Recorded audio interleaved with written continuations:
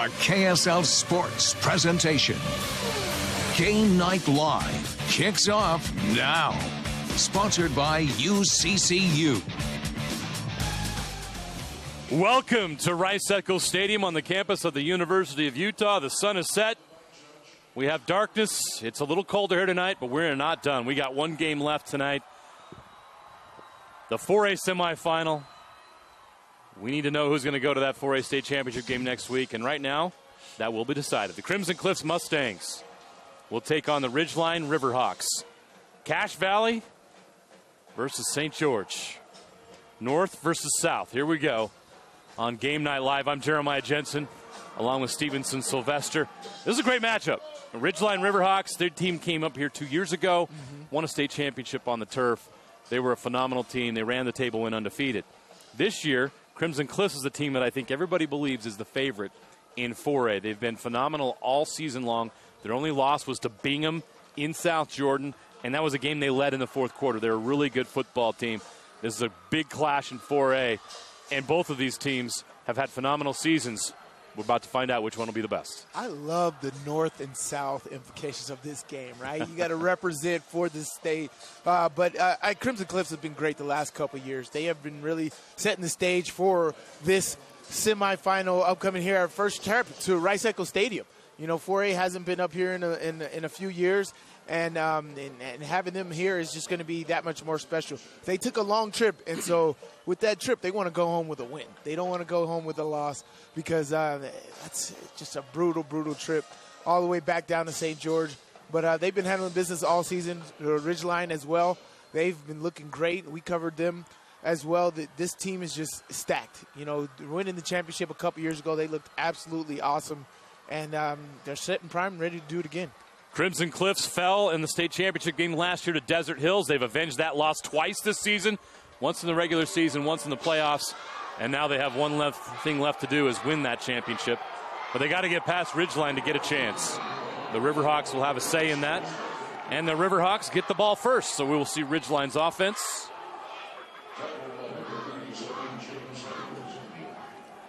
They're led by quarterback Nate Dowley, the 6', 170-pound sophomore. Started as a freshman. He'll lead this offense in the semifinals. It's a carry right out of the gate. They're going to go to the run game. Dowley was great when we saw him up at Maverick Stadium earlier this year. Leading this team, this is just great. That's what I really love is watching these first series. Most of the time these first series are really game planned. Catch is made. Great catch. That's Carson Cox, the senior. Going to hear his name a lot today. So Dowley with a nice start through the air.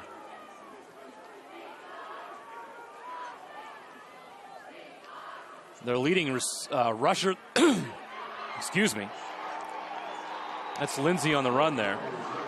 That's Jackson Lindsey, the running back, the junior, 5'8", 165. Their starter coming into the season was J.T. White, and White racked up 673 yards and 7 touchdowns until he suffered a season-ending injury. And so now in the run game, they're relying on Jackson Lindsey. And he's got several carries already. So they're going to lean on him quite a bit, the junior. Just 5'8", 165, but you can see right there, he's taken a few hits. He's nursing an injury himself.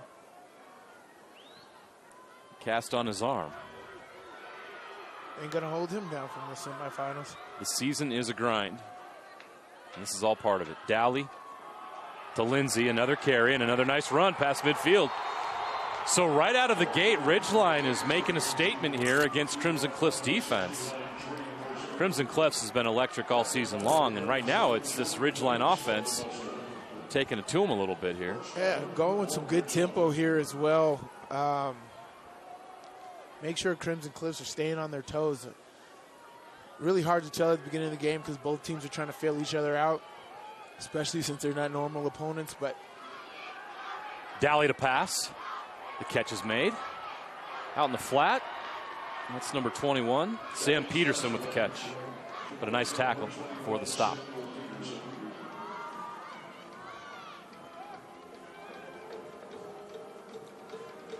Nice open field tackle by number 42. That's Brayson Phillips, the outside linebacker, the senior. So 2nd and 9 from the 47. Dally. Lindsay again. Actually, no, sorry, that's Crosby West, the sophomore running back, who's a little bit bigger back, 6 feet 185. So a little change of pace there in the running back position. Great job right there from the defensive line penetration. When you get multiple pullers, if you just literally attach yourself to the back hip of those pullers, you're going to be right in the mix of the play, and that's exactly what happened there. 3rd and 8. Dally is going to pass. Over the middle. The catch is made. Can he get to the sticks? He's close. Really close. Good spot. I say he's a little short. I think he's calling 4th down. He is short. Yeah. Well, that's go for it territory there. They're going to go for it here. Definitely. So Carson Cox with the catch right at the sticks, but he's inches short. It's not even a yard. It's inches short of that 38-yard mark that they have to get to. Let's see what they do. Dally normally in that shotgun, which is tough to do here in short yardage, and Crimson Cliffs is showing blitz. They back off now. Let's see if they send people. They do. And we got a timeout. Timeout. Ridgeline calls a timeout. They're going to talk about this. How that looked, I bet they wish they would have kept that. That looked good. Yeah, I was curious to see how that was going to end because Crimson Cliffs brought the pressure. They filled the gaps. Yeah, but they saw exactly where they were blitzing. They had room off the right side of the offensive line, and that's where Lindsay was going to squeeze that ball, and he definitely was going to get that first down. So now Crimson Cliffs will have an opportunity to change their blitz, get into a more stronger run front with this break and see what they're going to get. Honestly, what you could do here, you're probably going to get zero coverage on the backside. I would do play action and just go for it. Why not? If you got somebody you trust in the back end as far as the receivers, I try it. Like, look at this. This is stacked. Dally under center. They got it. Yeah. Nice job by the Ridgeline offensive line. Great surge. And they pick it up. They went with Crew Jones, the tight end. That's a freshman. A 6'3", 210-pound freshman. Their tight end, they give it to him. It makes sense that you'd use your big body tight end, wing back, to force his way in.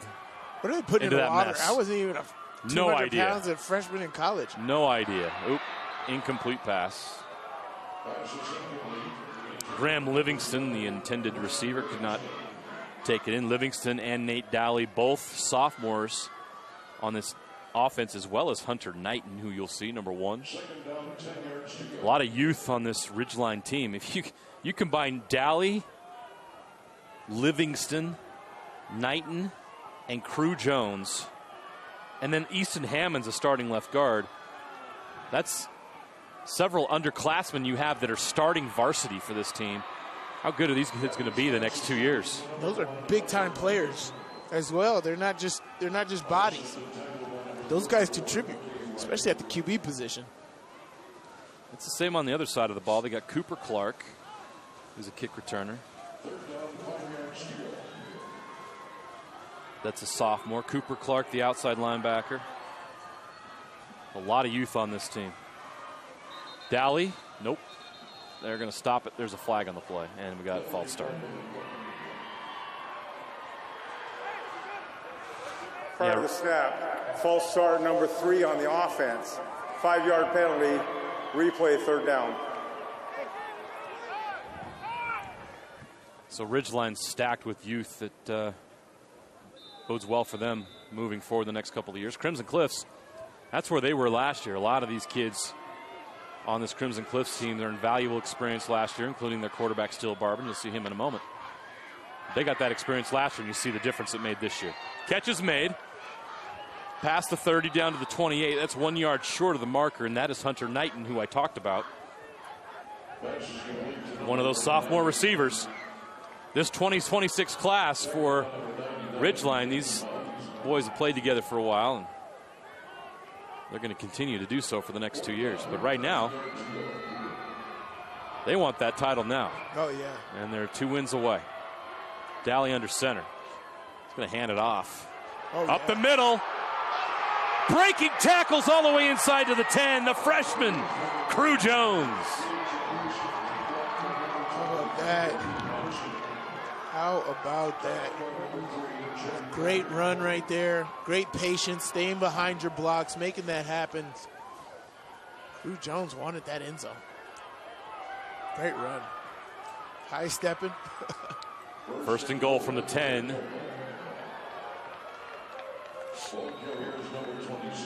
They go back to Crosby West this time, so 3 different ball carriers on this drive. A long drive.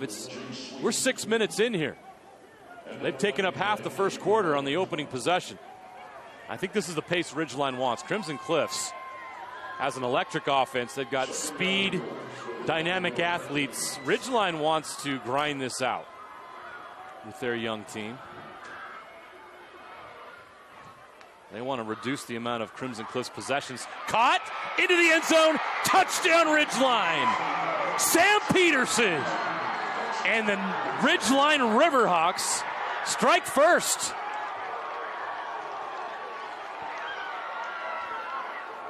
Did he hit every skilled player on the roster on this drive? I think so. Every player touched the ball on that drive. Pretty impressive. Yes, indeed. That was great. Aaron Young, the place kicker. So there's a flag on the play.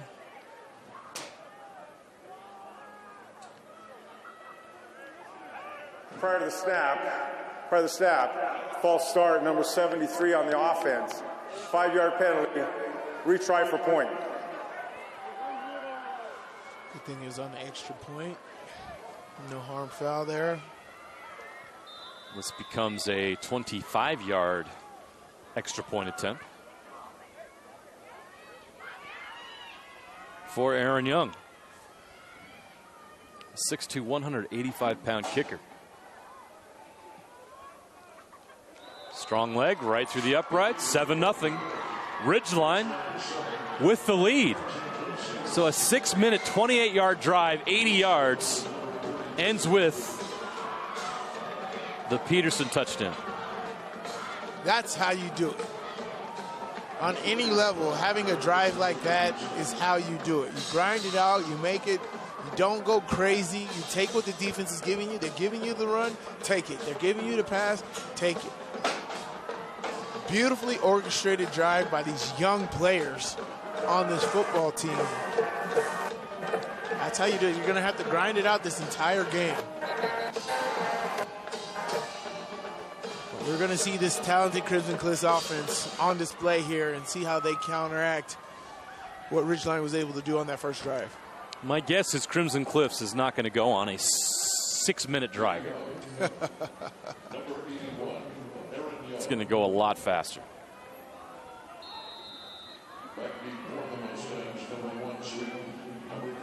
That kick is going to be returned. And he stopped at the 24-yard line.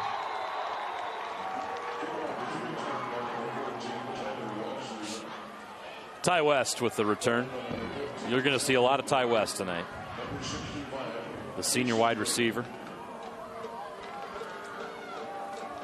This offense is dynamic. I'll get into the numbers throughout this drive. Still Barbin, the quarterback.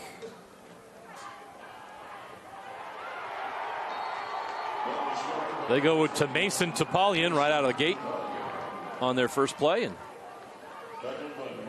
loses a yard. So here you go, Sly, the pace of Crimson Cliffs. No huddle. They want to go fast and take advantage of their speed. Look at that. They got to tackle over. They're going to run off that right side there. Quick pitch. It's number 7.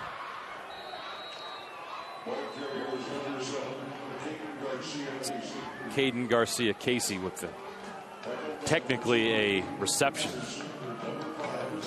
Forward pitch. 3rd and 3 from the 31. Barbin's going to hand it off. That's a first down. Great vision right there, great patience. Great job with the blocking. Continue on. Nobody's getting stalemated there. They are running their feet and making that happen. This up-tempo offense, they're definitely not going to take us 6 minutes to get down the field. McCord Christiansen with the carry and the first down. Here they go, first down. More run. Christiansen again. He's to midfield.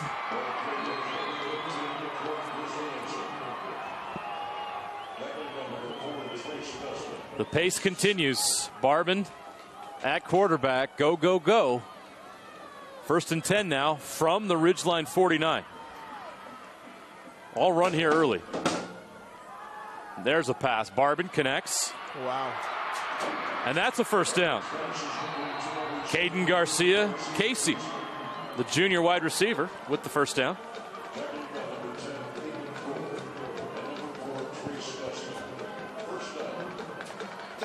High pace here. Barbin, oop, they got to stop in play here. And you know what that means. False start, number 56 on the offense. 5-yard penalty, replay, first down. They're going so fast, I don't know how they could even catch anybody doing a false start. Big right tackle got caught there.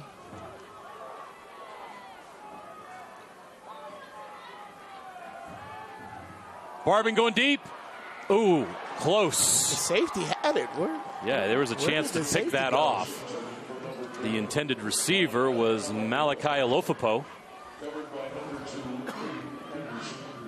There was a chance for a turnover there. Have a look here.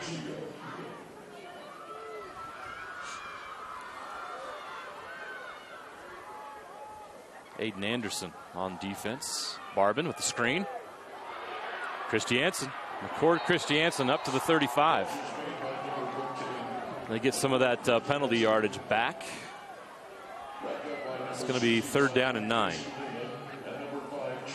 think this is 2-down territory here. You're going to go for it on 3rd and 4th down, so don't feel like you got to pick everything up on this 3rd down. I mean, if you do, great, but I think you go for it. Barbin. Open. First down. Wow. Ty West. Sorry, that's not Ty West. That's Malachi Alofapo. Ty West is 14. So Alofapo with first down, move the chains. First down, Crimson Cliffs, they're to the 25. Barbin. And another false start. False start. It's the only thing slowing down this drive right now It for, really for is. Crimson Cliffs. Prior to the snap, false start, number 4 on the offense. 5-yard penalty, replay, first down.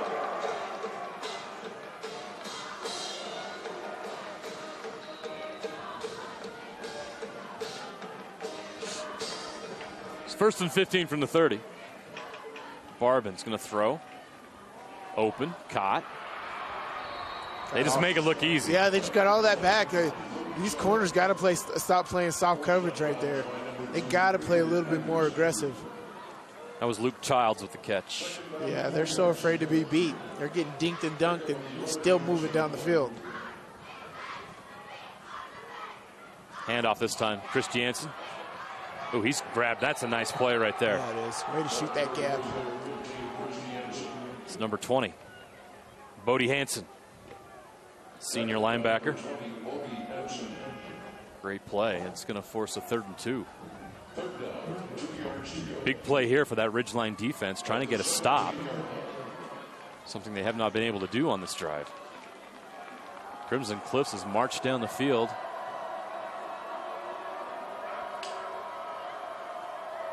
Third and 2 from the 17. Barbin goes outside. Catch is made. That's enough for a first down. That's a lot more than a first down. They got that easy. As I said, they're playing really soft on the outside. Great throws here on the offensive side of the ball by Steve Barbin. Boston Adamson has the Barbin. first down. So Adamson picks it up. 1st and goal from the 7. They're going to hand it off to McCord Christiansen into the end zone. Wow. Touchdown, Crimson. The Mustangs gallop into the end zone for their first score of the game. That took 3 minutes. That went quick, I told you. Ridgeline took 6, they took 3, and we're 1 point away from being tied. Anything you can do, I can do. I think that's how this game is going to go. You look at both of these teams, and this is definitely how it can go. Turnovers could decide this game. Missed opportunities, having a drive stop with a turnover, that could be the difference. But right now, both offenses look sharp here in the 4A semifinals. Look at that. Open wide out. Christiansen, he just runs so smooth, quick, extremely efficient. Look at this. Nice cut one. Don't touch me. Spencer Arnold, number 71, the tackle. That's some big size up front they got. They can move. Yeah, that was a really efficient drive right there. If Ridgeline is able to continue on and do this, I think the way that they grind out the clock is going to be beneficial for them.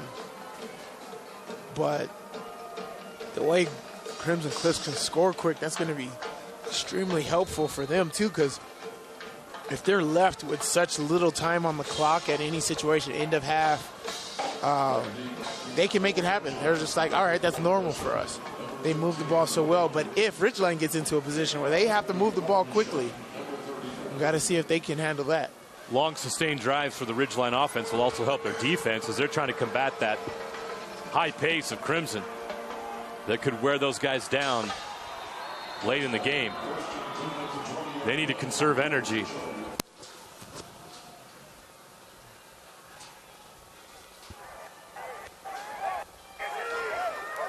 Okay, first down. 1. So here comes Ridgeline. Their second drive of the game. Try to follow up on that score. Right back to the run game. Great stuff. But that's all Crimson there. That's a lot of bodies in there to try to run through, and good luck. Great job of coming off your block there, squeezing that B gap as those two pullers come through.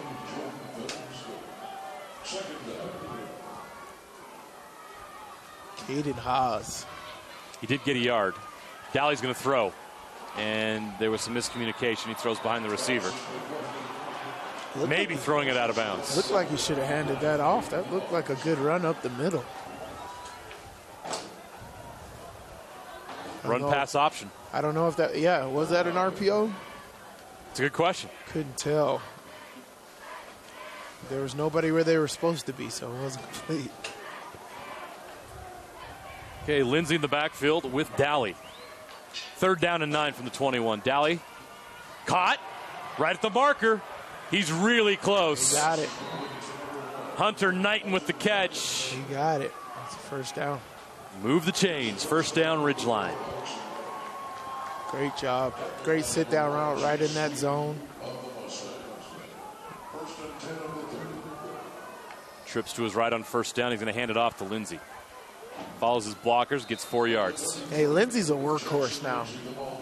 This kid, you give him the ball 18 to 22 times a game, you're going to have success. You remember J.T. White was that workhorse. We had Ridgeline Stansbury on Game Night Live this year, and J.T. White had a monster game. They certainly miss him, but Lindsey's done a great job filling that hole.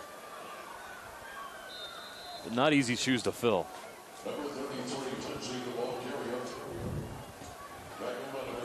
Injuries are part of the game. Adversity strikes, and they've handled that adversity really well. Playing hard for their teammate who can't be on the field with them tonight.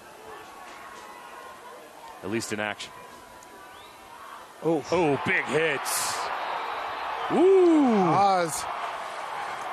Caden Haas brings the boom. He made a great play on that running play earlier in this drive, and that right there is what you call setting the tempo. He had no chance. Oh my gosh, that is beautiful. Love that. Caden Haas, bring more of that. I love it. So we wondered who would blink. It's Ridgeline. The Crimson Cliffs defense gets a stop, and now their offense gets the ball back. Ball will bounce down inside the 40 to the 37-yard line. So the Mustangs, with 36 seconds left in the first quarter, will start this drive there. It's a little different weather for Crimson Cliffs than what they're probably used to, huh? Yeah, definitely a temperature change. Shock to the system, but they seem to be handling it well so far. They're all jacked up on Mountain Dew, Chip. They're ready to go.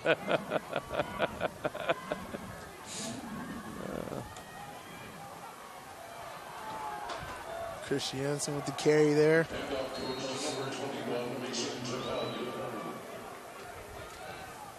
Stop by number 190, number 5, Charlie Boo. Second down, 7 yards to go. Clock ticking down. This could be the last play of the quarter. Crimson Cliffs taking their time here, which is rare. 2nd and 7 from the 40. They're going to hand it off to Polyan. Wrapped up. Nice play by Ridgeline. And that's how the quarter ends. That was a fun start. Both teams get into the end zone. Ridgeline and Crimson Cliffs all tied up at 7 after one quarter. Let's go down to Mary Lou's Cook. Yeah, thanks, Jer. The cold did not stop Ridgeline students from showing out, and the hour-and-a-half drive didn't either. I had a good conversation with a few of their students who told me that they skipped fifth period to be here. They said we went to class in the morning, but we had to make sure to make the trip to Rice-Eccles. They said that they still remember the way that this team fell to Crimson Cliffs last year, and that it was really important for them to be here at Rice-Eccles, because if you make it to Rice-Eccles, you have to be at Rice-Eccles, they told me. So they're excited, they are loud, and they are happy to be here, and they're staying warm. They're actually having a whiteout tonight, but you couldn't really tell because so many of them are covered in blankets that are all different colors. But they are having a lot of fun over there. So who knows? I may make an appearance inside of their student section at some point. We'll see. Can't wait for that. You better bring your hard hat. They get I rowdy probably down will there. need it. Yeah, they sure do. Trust me. They're going to huddle together because I heard if you stay tighter, you stay warmer. So it's cold out here. Yeah. So they'll hug you tight there, Mary Lou's. They're kids, but they're not stupid. They got blankets. It's cold outside. They brought the warmth. They'll need it all night. Jeremiah, you seem like the dad that would leave the house without the jacket. Has your kids ever left without the jacket? Yeah. It happens. I would be that guy. Yeah. Picked up that first down easily. Steele Barvin picks it up. So here comes the Crimson Cliffs Mustangs again. Decked out in red. They look very comfortable in the Crimson Stadium. It's a nice match with that Crimson on the field. A run play here, Christiansen. And we got a flag. Let's see what it is.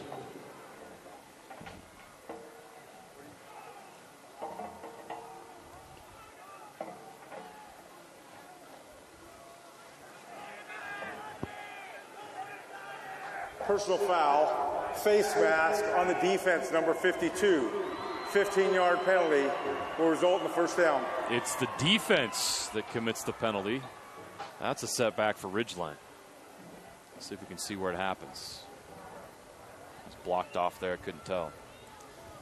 But the call's made, and now the Mustangs are at the 31-yard line with a new set of downs.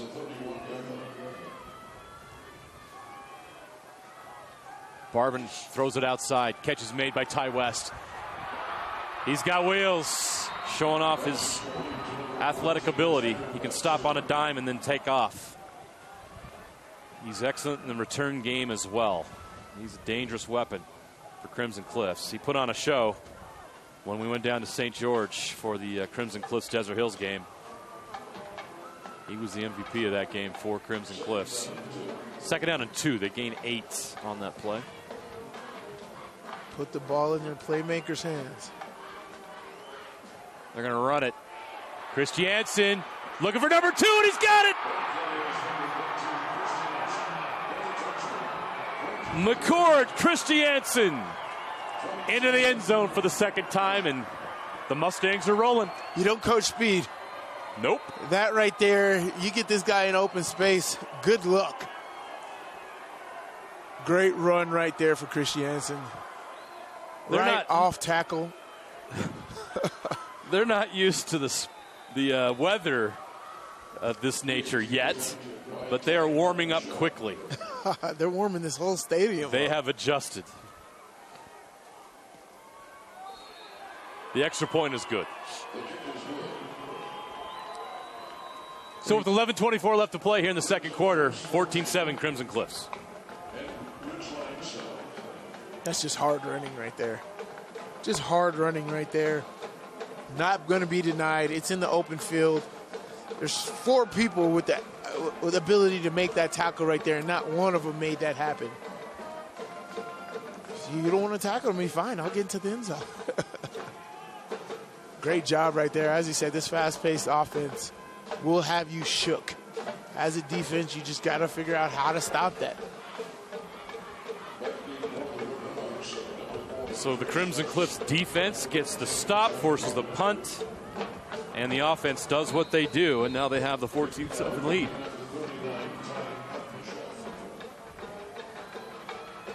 See if Ridgeline can respond on offense.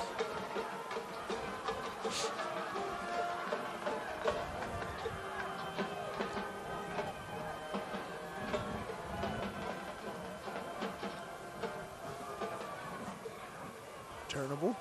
It's coming out. There's a lane. Past the 30.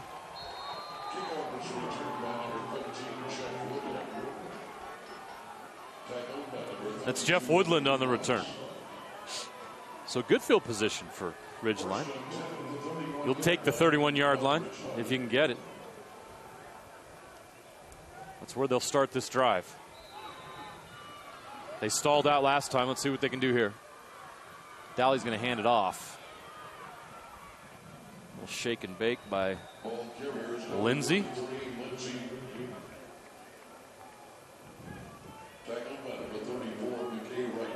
It's a gain of 4.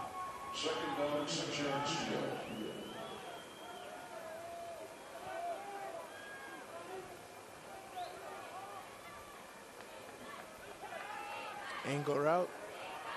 Ooh. Ooh. He pays a price. You might as well catch it. And number 34 bringing the pain. McKay Wright with a massive hit. That's how you get it done right there. Don't come over my middle. He's not going to forget that the rest Don't of the come game. over my middle. Hello, sophomore. Graham Livingston can't pull in the pass, and he pays a price. He's introduced rudely to McKay Wright, their star defensive player. He's racked up a lot of tackles this season.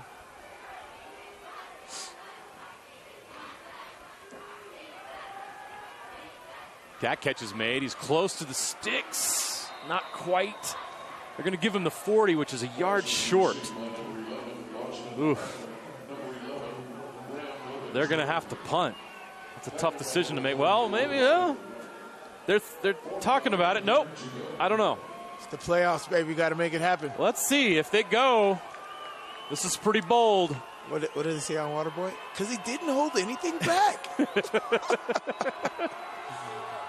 They need the water boy right now. Dally, play action. The catch is made. First down, Ridgeline. Great job. Then they go to the freshman. How about Crew Jones? Already has a touchdown in this game. And now he gets the first down on the 4th. The conversion is complete. They wanted a personal foul penalty at the end of this. Was it? I mean, hey, I don't know what is and what's not nowadays. Right. I wouldn't have called that, but. First down and 10 for the 44. A new set of downs for Ridgeline. Dally over the middle. Caught. Graham Livingston holds on to it this time, and first down. He's at the sticks again. Move the chains. Now this offense finding some rhythm. It's good. 4th down conversion. Get some juice into this team right now. Exactly what you need. Fortune favors the bold, and that was a bold decision. early in the second quarter, going for it on 4th down in your own territory. Daly hands it off. Crosby West this time, short gain. 2 yards. It'll be 2nd and 8.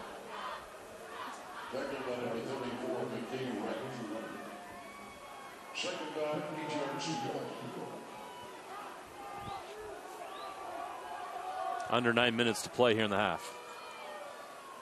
Daly takes the snap. He's going to throw it outside and just misses Livingston. Sorry, Lindsay, not Livingston. Jackson Lindsay, the intended receiver. Stops the clock at 8:49.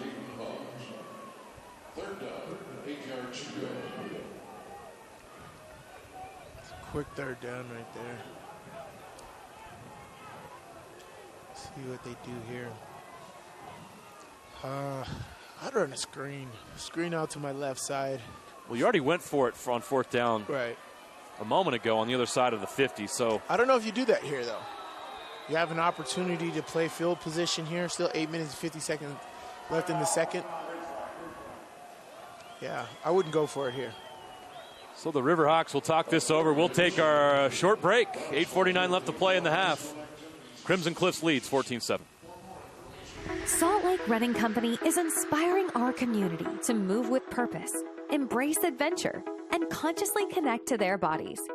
Exercise is essential now more than ever. Take control of the chaos and make time for you.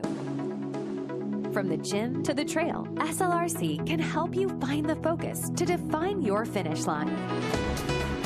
Visit any of our locations along the Wasatch Front or shop online at slrc.com.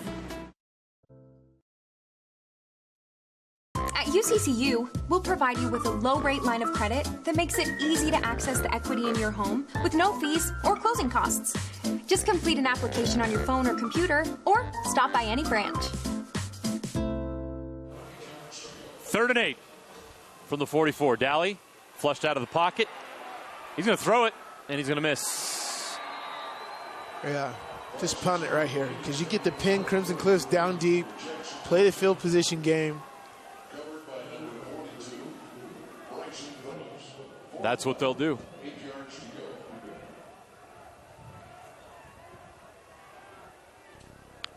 Trace Dustin is the punter, 6'1", 180-pound senior.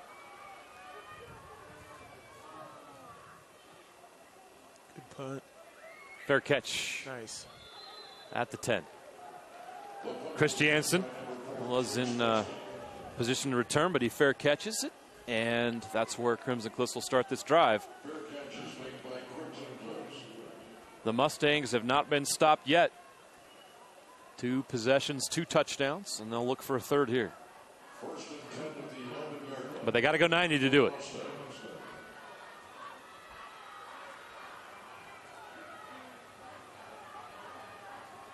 Still, Barban's used a lot of receivers already. They've used all of their depth chart at running back or wide receiver in this first half. It's Christiansen again at running back. Uh-oh. Christiansen's got a lane. He's to the outside. He's out of bounds past the 40-yard line. Another big run. What a first half. Yeah, he's got to have close to 100 yards and 2 tugs. Yep. McCord Christiansen is having himself a night so far. Great job blocking right there up front by that offensive line, allowing him to get to that 3rd level and into the open space there. Just good angle by the defense or he would have been gone. 1st and 10 for the 41. Barban. Got time to throw deep. Over the top. Can't quite get there. He was looking for Ty West. Covered defensively by number 17, Bryson Berg. 2nd down, 10 yards to go.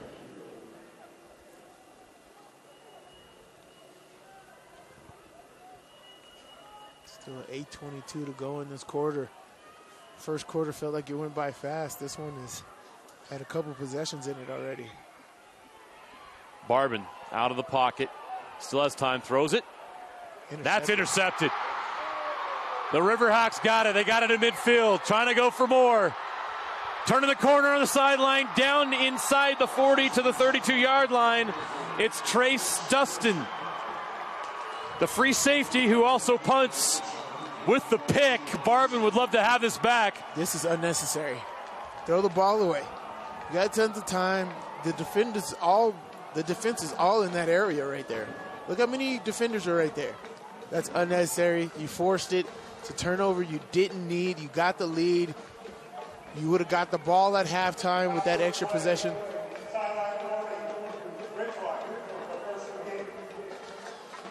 He was looking for Alofapo, who was dragging across the middle, and he didn't see Trace Dustin. And now Ridgeline is in business after another drive stalls, and they have to punt. They will now try to even the score. Lindsey. Nice run near the sticks. He's got an 8-yard gain, just 2 yards short. Oh, did the ball come out, but they're saying the ground caused the fumble? Yep. He's a little nicked up, too.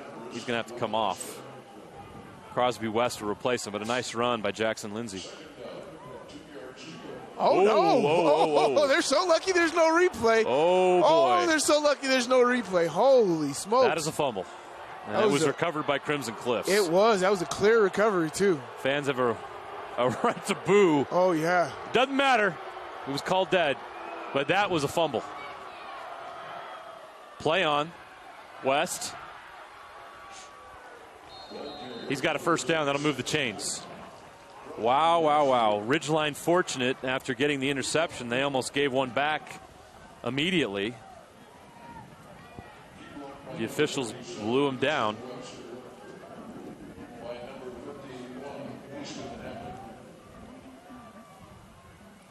You might remember that later in the game if this stays close. Well, if they score on this drive, yeah. Dally, he's got a pocket. He's going to step up in it. Finds it, just as you said. Graham Livingston to the 10. He's 2 yards short of another first down.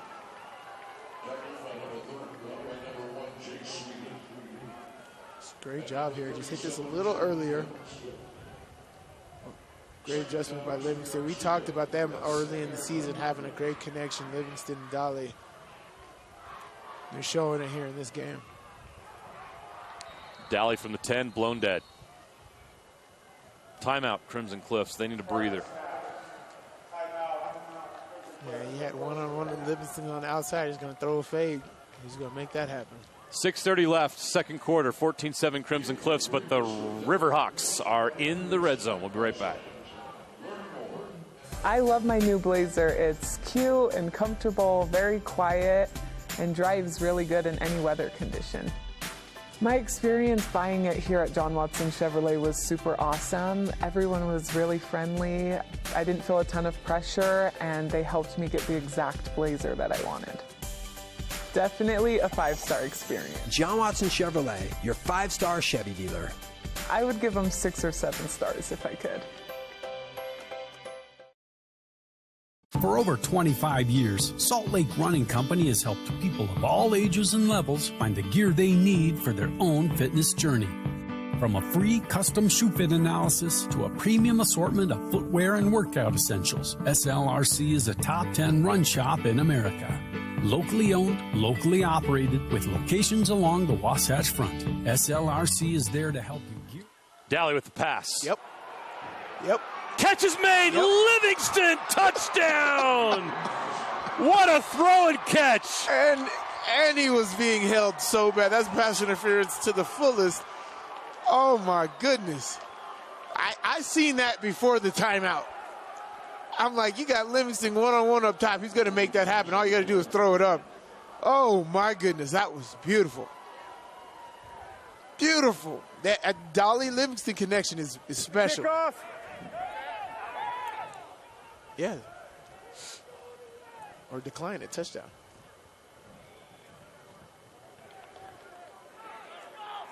During the play, defensive pass interference. The touchdown is good. The penalty will be taken on the kickoff. Yeah. Well, tremendous play by Livingston. That was awesome. I as a coach, I would have went there anyway. Well, knowing how great Livingston is, You're giving him one-on-one with all of that space over there. Oh, yeah, take that. Take that, take that, take that. Extra point is good. We are tied again. Points off turnovers. Let's see it one more time. Great ball. Great catch. Wow. Draped all over him. Check this angle out. Yeah, that's pass interference. What a great job. The concentration by Livingston. Dally put it right on the money. So you can't throw that much better. You can't. But the defense was right there. Livingston just has amazing hands. Yep. Great job. How about Ridgeline? Crimson Cliffs was at that point when they got that stop up 14-7 driving there. They could have really flipped it their way. Yes. Ridgeline gets the turnover. They take advantage of the turnover and even the score here. Now we got a ball game. That was a big turning point in the game. That interception was huge. So that's what you want to do. You want to get points off turnovers. You want to take advantage of your defense making big plays like that. And that's exactly what Ridgeline did. They drove down the field effectively, getting the ball to Graham Livingston, running the ball effectively, and making that happen. Just amazing job right there by Ridgeline. So Crimson Cliffs will begin this drive at their own 20-yard line after the touchback. So Barbin made a mistake. So what? Here he comes. He's been here before, been there, done that. Second year starting as the quarterback at Crimson Cliffs, and he's going to let that roll right off his back. So they're right back at it. Offense on the field. They'll try to take the lead before halftime. Handoff.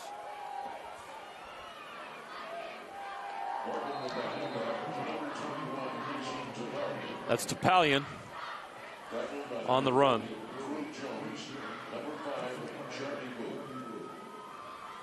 Several guys helping to bring him down.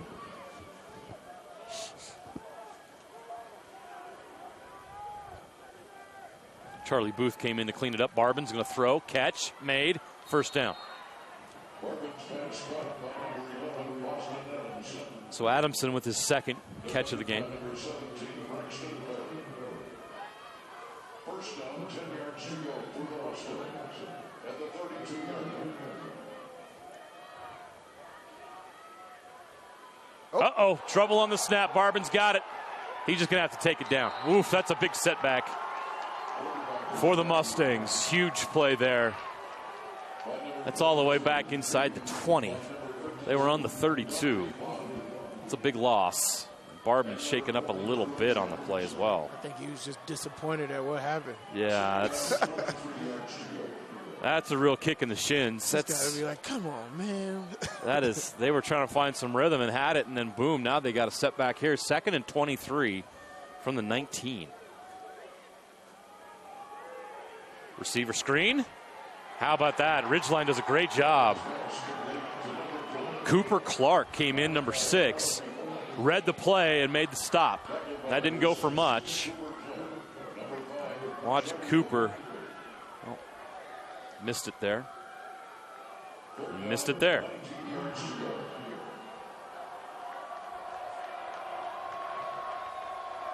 Clark with a nice play. 3rd down and 19.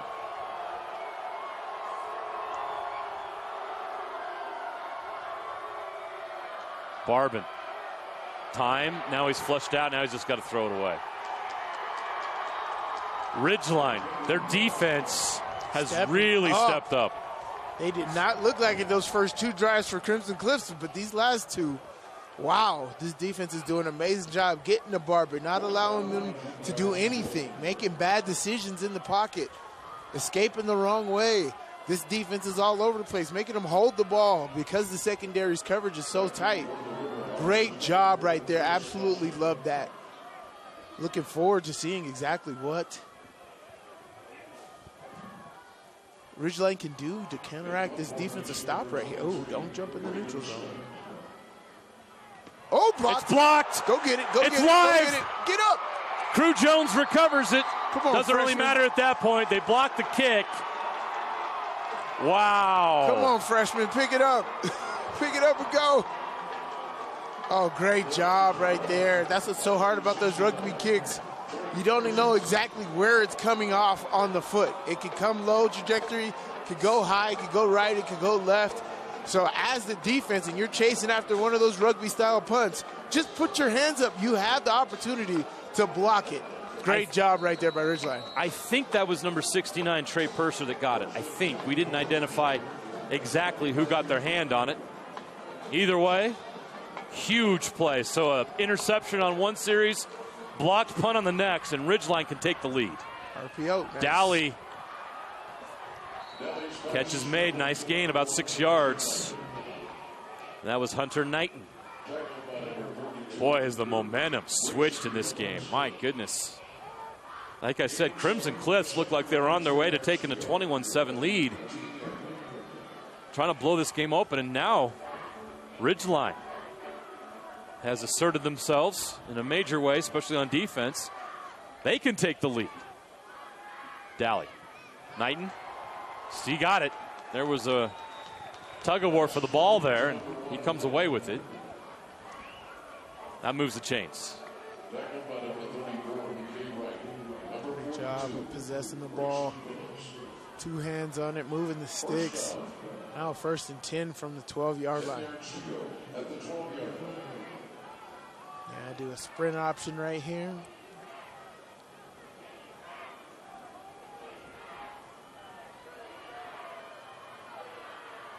Nope. Nice. Hit him. Yeah. Dowley. Nice. Off the fingertips of Sam Peterson. Peterson went in motion. The play was to him, and they just missed on the connection. It was there. Good defense, though, because even if he caught it, there was somebody right there on him. Them linebackers playing great. McKay Wright absolutely loved the pressure that they're being able to stay on top of those receivers. Ridgeline's got to go back to Graham Livingston. This is Graham Livingston territory right here. 2nd and 10 from the 12. There he goes. Going to go the other way. No, it's going to go back. Oh, catch it. Livingston could not hold on. That was a great play design right there. He's got to catch that, man. He's got to beat one guy, and I'm sure he would, and that's a touchdown. Great play design here. He just drops it. He takes his eyes off of it. He knows it, too. Great fake by Dowley. Now it's 3rd and long. 3rd and 10 from the 12. Well, big play here for the Crimson defense. Look where Graham Livingston is. There's that corner of the end zone that's wide open. Dowley in the pocket. Now they're going to stop the play. We're going to move back 5 yards. So Ridgeline is now starting to shoot themselves in the foot. False start. Offense number 3. 5-yard penalty. Replay, 3rd down. We got to do a switch route up top. You're going to stay on this left hash. That's what I'd do. I'd run the motion to get that safety onto the short side of the field, but run a switch route with Graham Livingston up top and hit that back pylon on that right side of the end zone. That's got to be the target. You're not doing that. You just want to go empty. All right. Don't listen to me. 5 receivers. Dowley. You try to punch this into the end zone. No, now we got a timeout. So the Mustangs take a timeout. Coach Alofapo wants to talk this over with his defense. 3rd and 15 from the 17. 3:44 to play. We'll stay here. You looked at that formation, didn't like it. What would you do here? I don't know. Crimson Cliff didn't feel good about it because they went empty. So that threw them for the loop, and sometimes you have to make sure that the defense you called has an empty check. So every defense isn't built for empty. But there's a variation off that defense that you go empty check. That if they go empty, then you have to do that, and that involves one of the D linemen. Normally, that's a 8-man drop if you're in zone. If you're bringing pressure, you don't want to go zero coverage with empty unless you're up in your gaps, the blast up look and that double barrel look. But here, offensively for Ridgeline, you got to take advantage. If you're going to spread them out, really make those routes worth it. Use motion. I'd bring a guy down from the far side to condense that side and then run routes to the corner of the end zone right there. So you got Hunter Knighton at the number 3 receiver. I'd run him on a straight corner route right now. They're going to stay empty. 5 receivers. Dowley, plenty of time in the pocket. Now he's going to step up and run. He's going to get inside the 10. They're going to mark him right at the 10. Kick that field goal. Ends up being a gain of 2, and they set up the field goal attempt in the middle of the field. Got a slight breeze to the left there. So the kicker needs to aim for that right. This is significant. This for the lead. It is. With 3:20 and counting left here in the first half.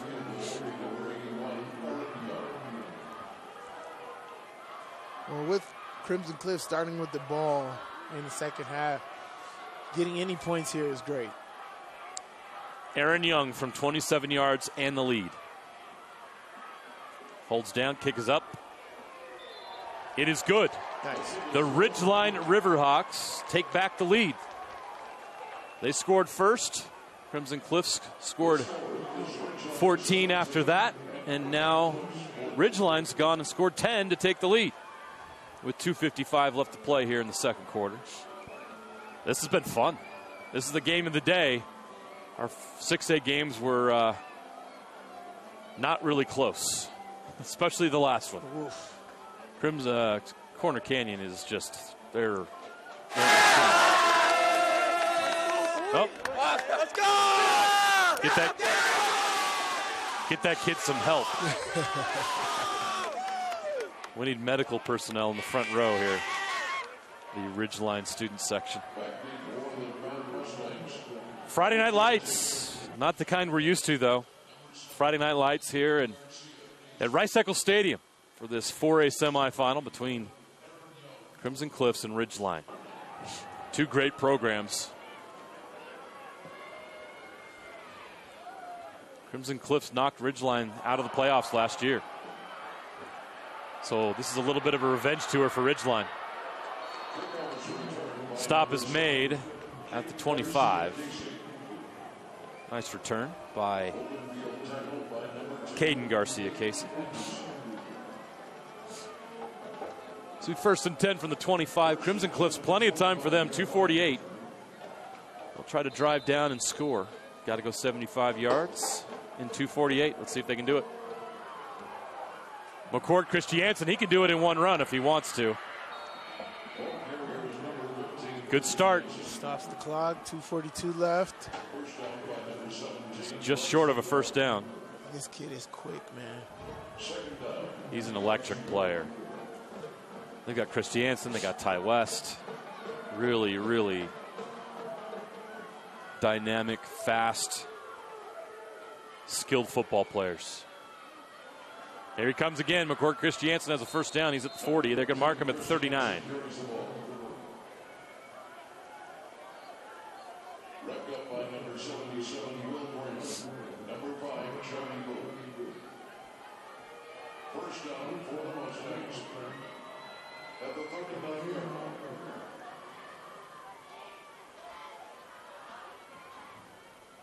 Handoff.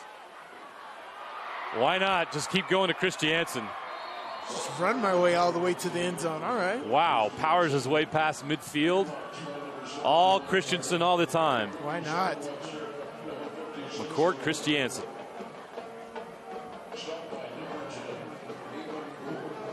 First and 10 from the Ridgeline 48.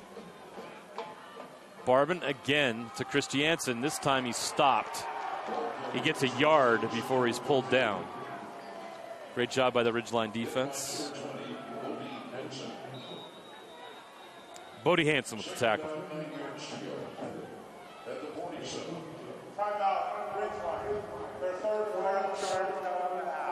So the Riverhawks are going to take a timeout with 1:48 left.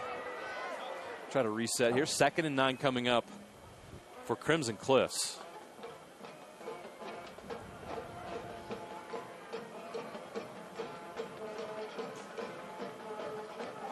Ridgeline band trying to stay warm. They're jamming in the 35-degree temperatures.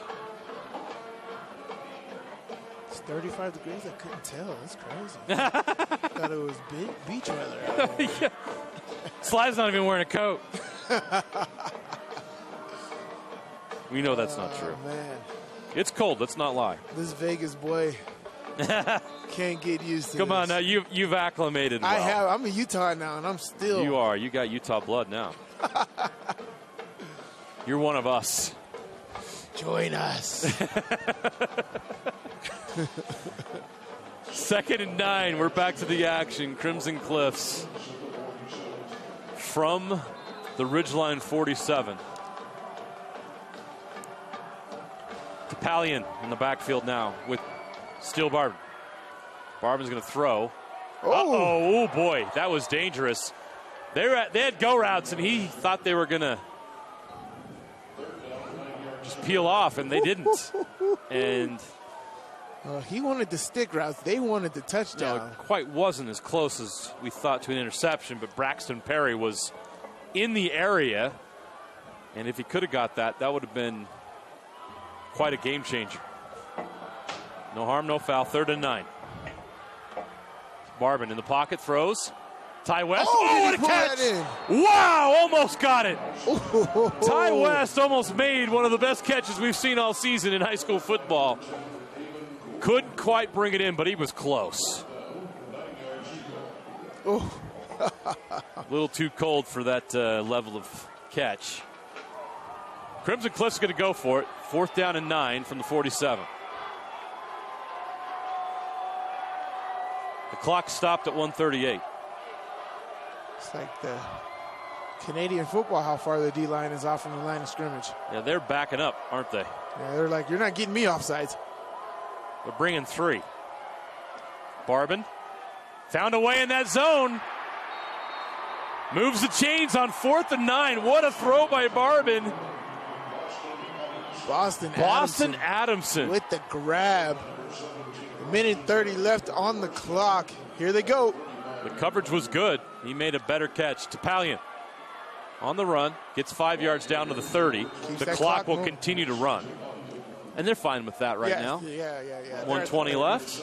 They're at the 30. They can make it happen. They are out of timeouts. That's important to note. Crimson Cliffs does not have any timeouts left. Ridgeline has 1. So it'll be 2nd and 5 from the 30. Barben's going to dump it out to Topalian. Topalian with the shot. Gets down to the 10. Mason Topalian. Mark him at the 12. So Crimson Cliffs is knocking on the door. They're in the red zone. Down to the 12. This is great. You got 59 seconds, 52 seconds to take some shots. 12 yards to go. Oh, wow. We got encroachment. Well, give him 5 more. 7 yards to go. Excuse me. Great hard count right there. Prior to the snap, encroachment, number 65 on the defense. 5-yard penalty, remains 1st down. You can see why they were staying so far off the line of scrimmage if they do that. Yeah. Well, now you can run the football here. Give the Christiansen here. Clock stopped, 52 seconds. They got the whole playbook. Yeah, I'd run it to Christiansen right off the left tackle right there. Topalian's in the game right now. They're going to give it to Mason Topalian, and he's going to be drugged down at 6. Clock will run. They got to go, but they go at a good tempo. Yeah, so they're fine.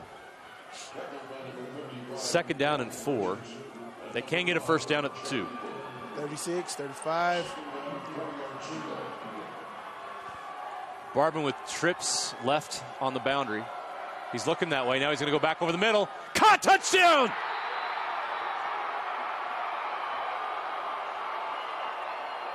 Owen Peterson. Owen Peterson with the touchdown to give Crimson Cliffs the lead. What a drive, what a response by the Crimson Cliffs Mustangs. Didn't flinch, only had 2 minutes and 42 seconds to drive down the field on this, and it was like nothing for them.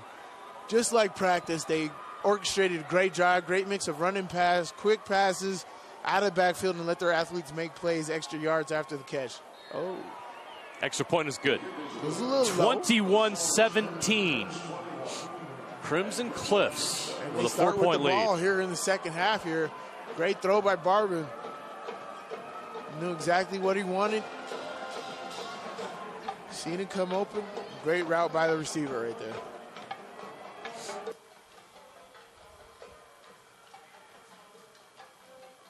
.23 seconds remain here in the first half.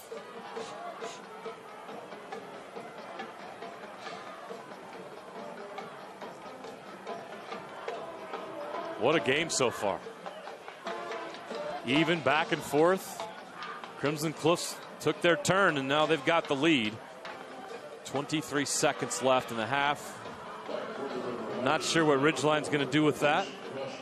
I would just run the ball, go into halftime. You're only down by 4. Don't need any crazy turnovers. The reason why that is so significant, Sly, is because Crimson Cliffs will get the ball to open the second half. So it gives them a chance to really open things up with back-to-back possessions. Oh, yeah. Already with a 4-point lead.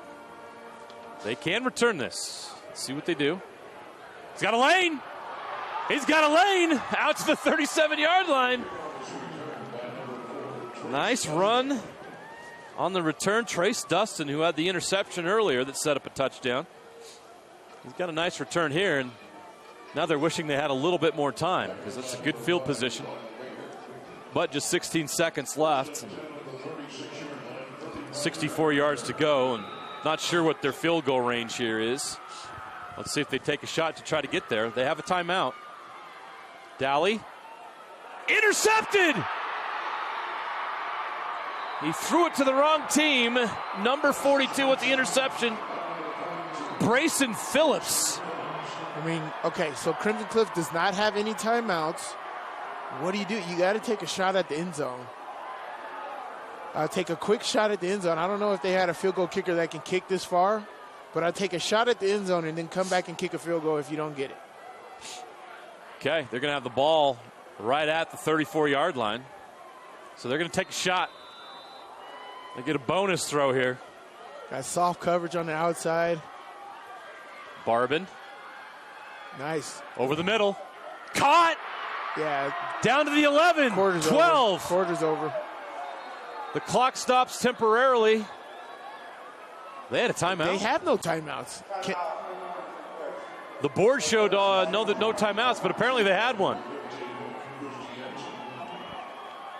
Yeah, I didn't think they had a timeout. Oh, gosh. They had one. The board is wrong. The scoreboard is incorrect. They had a timeout, and they use it wisely. Wow. They get the pick with 16 seconds left. And now they've got a chance to score from the 12-yard line with 2 seconds left. Yeah, definitely kick the field goal here. Kick the field goal, you're up by 7, get the ball to start the half. Bonus points. They could take a 7-point lead. Yeah. This is exactly what I told Ridgeline. Run the ball. The last thing you could do is get a turnover. Lo and behold, there you go. I don't know where he was throwing on that.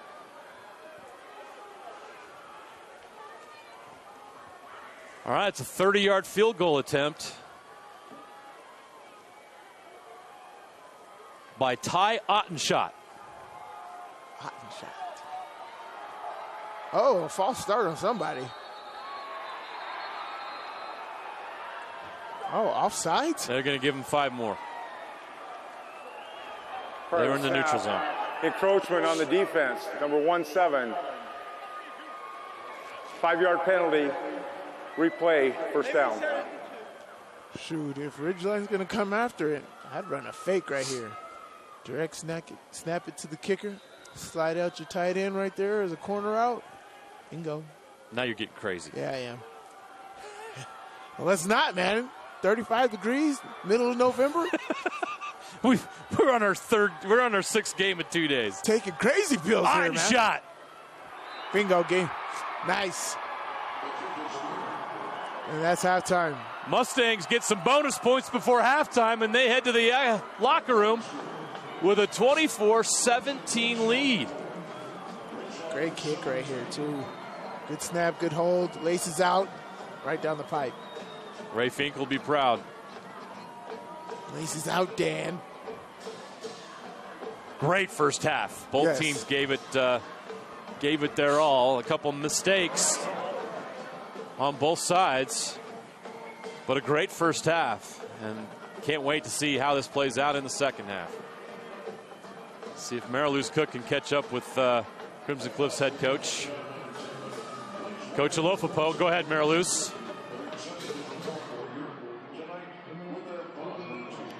Coach, you enter the locker room ahead 24-17. What is your message to your team to keep the momentum going into the second half? Oh, we just got to continue to do what we do. You know, we didn't have a great first half. They had an interception, block punt down in the deep there.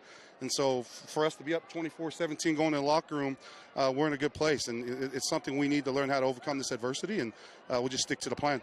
Thanks, Coach. Hey, appreciate you. Back to you guys. Thank you, Mariluz. That's the half, 24-17. Crimson Cliffs leads Ridgeline. Can't wait to hear what the KSL Sports Rewind guys have to say about that first half. Let's send them down there right now as we hit halftime.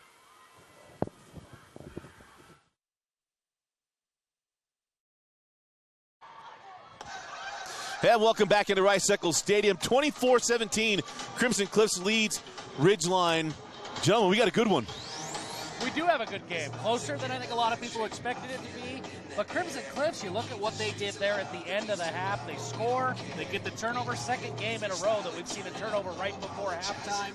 They go down, get the field goal. That's a huge momentum swing. Crimson gets the ball to start in the second half. Yeah, first of all, it feels really nice to be at the big boy table. Yeah, I've been right? off on my little kids' island over there. So I still angled my chair, though. This is nice. No, you're right. And the crazy thing is Ridgeline scores that touchdown to tie it, and then they get the turnover, and it's like, oh boy, that could be a huge swing.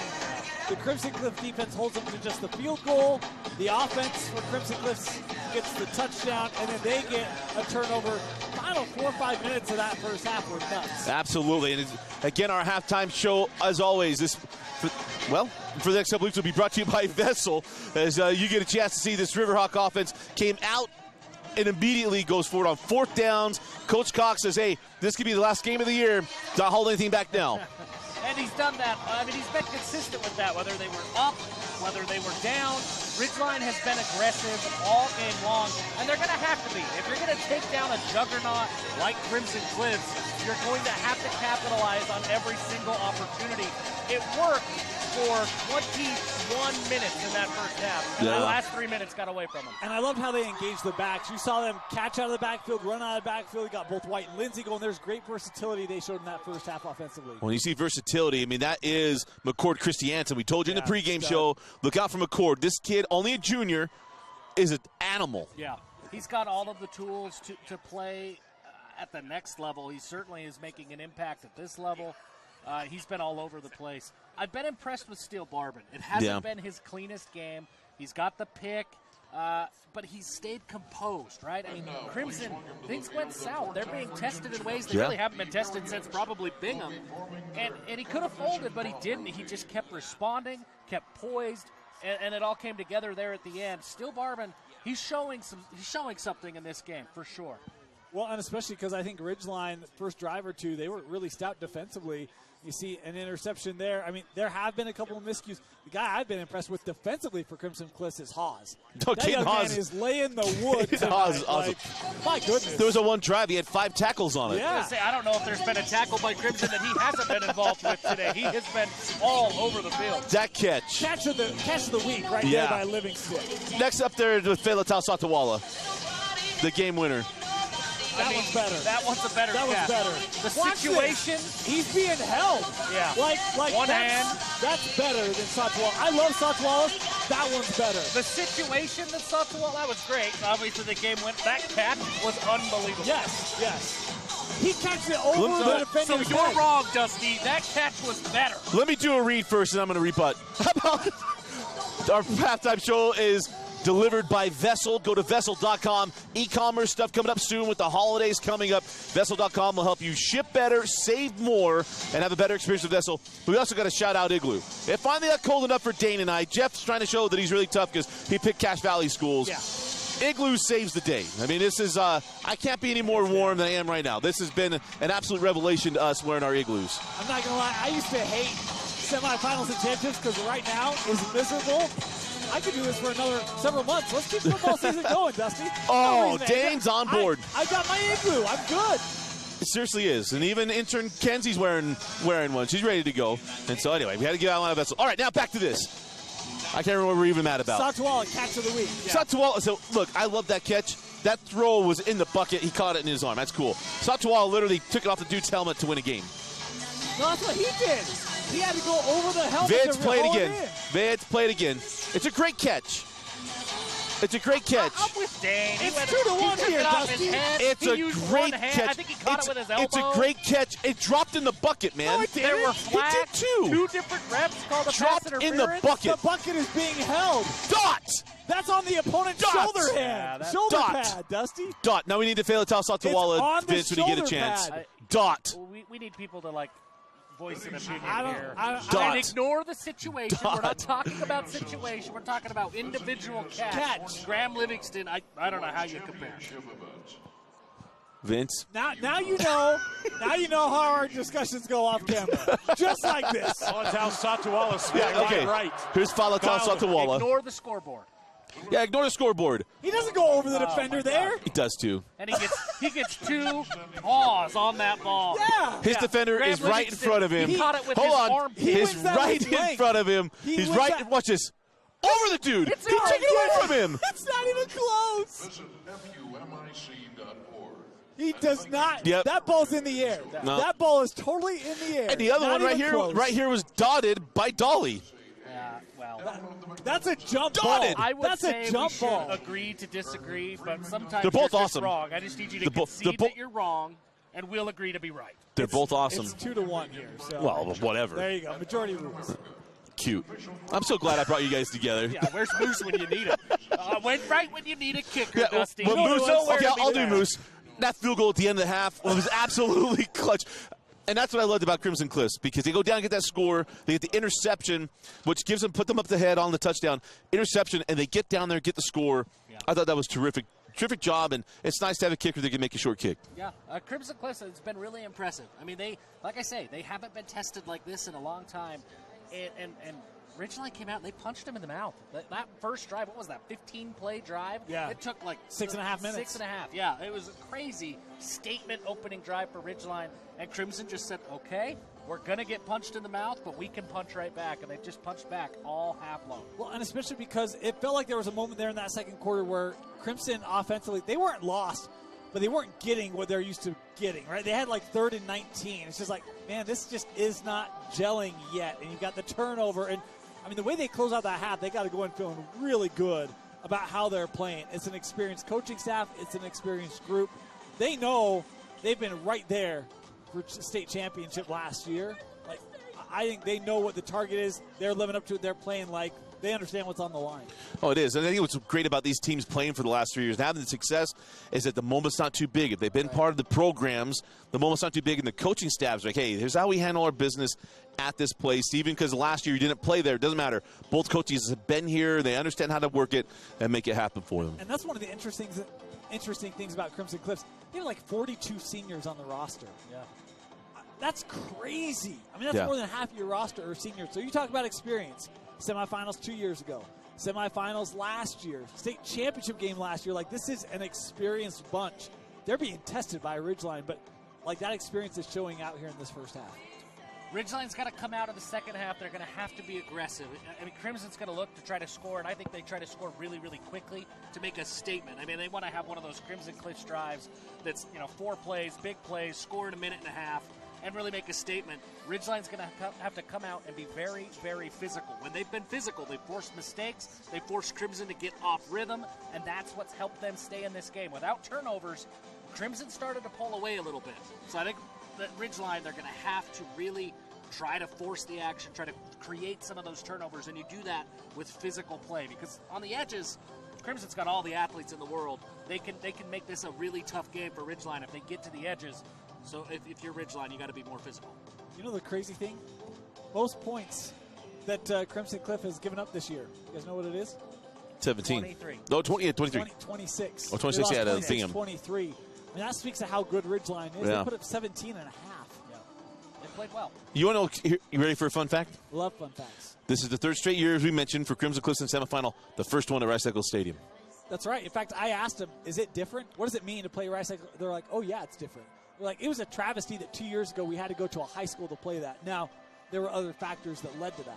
But last year that game is down south, right? It's like, look, it's cool to play at SUU, but Rice-Eccles is different. It means something different. And they haven't played like that's been overwhelming. Neither team has.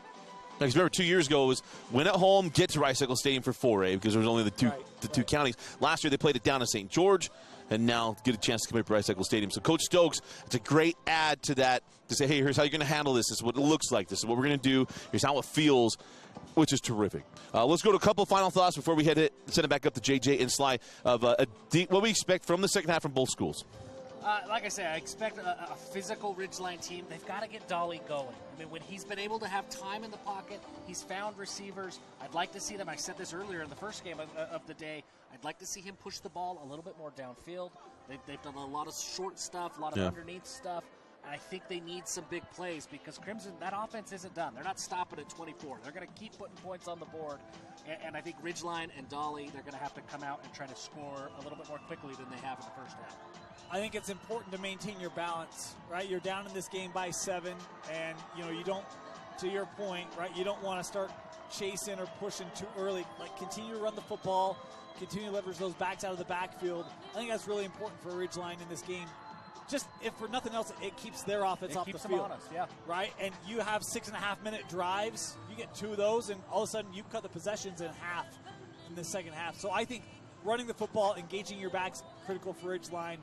See if they can do it, and then defensively, they need another turnover in this game. Yeah. Right? Like, they need to find a way to get another short field, get an extra possession somehow, and we'll see if they can do it. Crimson Cliffs, I feel like the momentum they had the last 4 minutes, the first 4 minutes of the second half are going to be critical. It's going to tell a lot around how this game finishes. Well, this opening drive for Ridgeline is huge. Yes. Because if you allow them to open up, they being Crimson Cliffs, they get the ball, allow them to get down the field, and all of a sudden it becomes a 2-score game. Get you really out of a lot of stuff to stay in balance. So their defense has got to come out and make a play. But if you're Coach Stokes and you're Crimson Cliffs, keep your foot down. This isn't time to try starting the game. Put your foot down and make this thing go. But if you're Ridgeline, got to get a stop. And then, as you mentioned, I think you got to open it up for Dolly. Let him go do his thing and see what you can do offensively to continue to make hay here. Yeah, Agree? I completely agree. And I do. I think Ridgeline needs at least one more turnover in this game. Absolutely. Well, we're getting ready to send it back up to Jeremiah Jensen and Stevenson Sylvester for the second half. For Vince Francis, Kenzie Valentine, Dane, and Jeff, I'm Dusty. Thanks for watching the KSL Sports Rewind halftime show. Back up to JJ and Sly.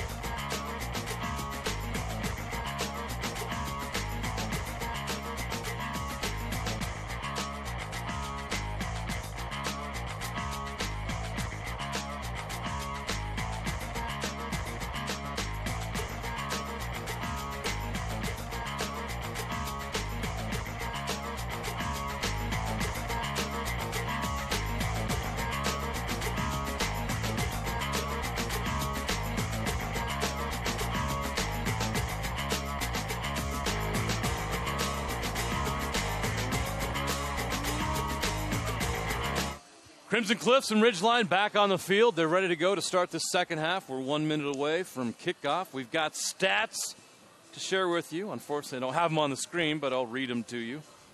First downs, it's Crimson Cliffs offense. They certainly had an edge there in the first half. Ridgeline was able to benefit from the turnover and the block punt. So yardage-wise, Crimson Cliffs dominated in a sense. 259 to 168 on total offense.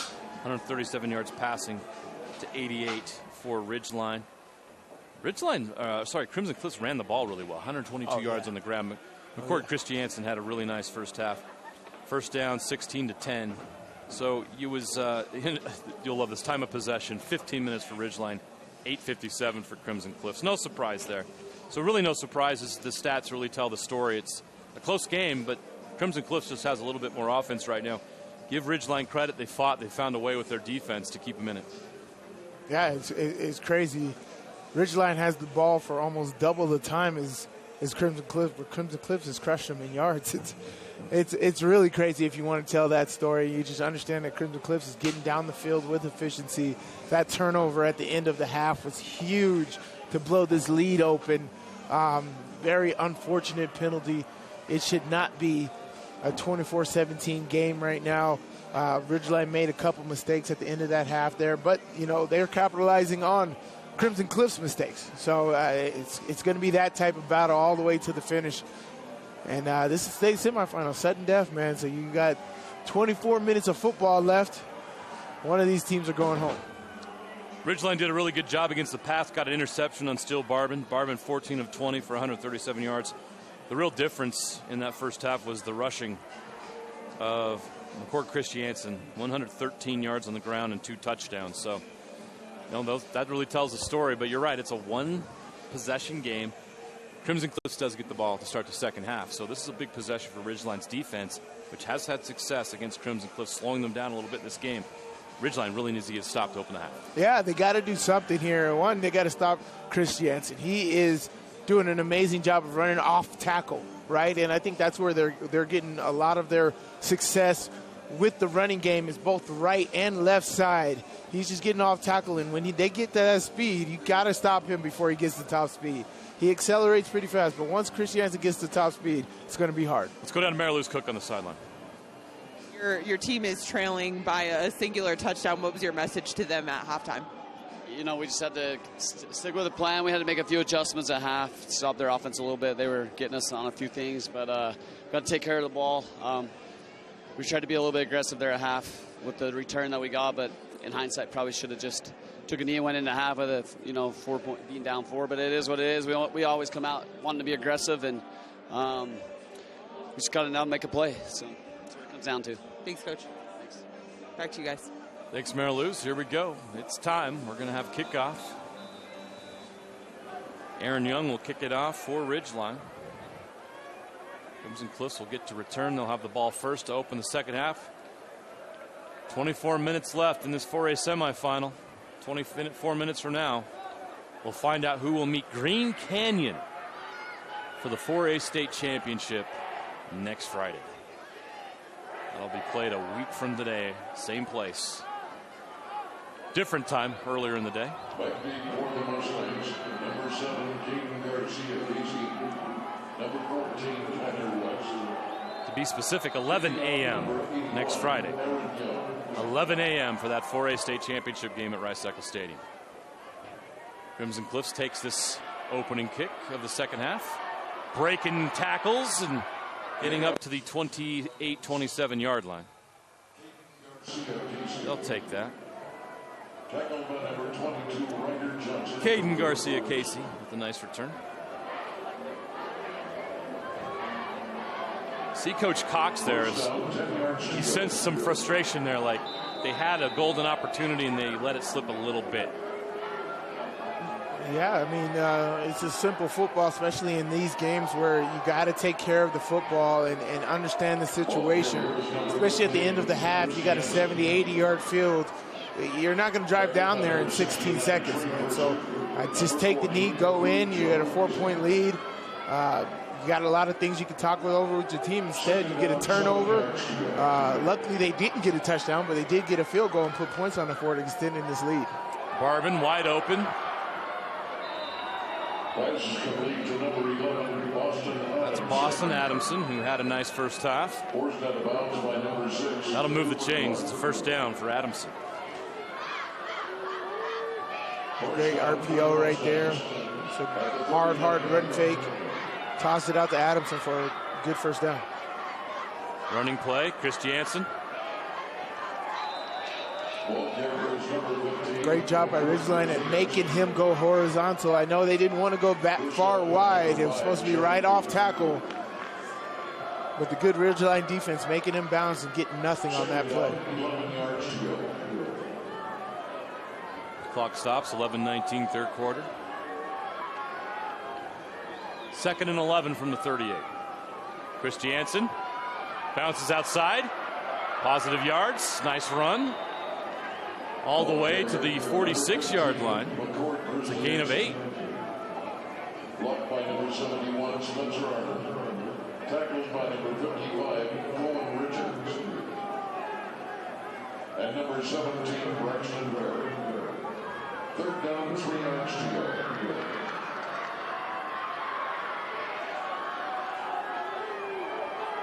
Now Crimson taking their time. Barbin. Catch is made. Olofupo.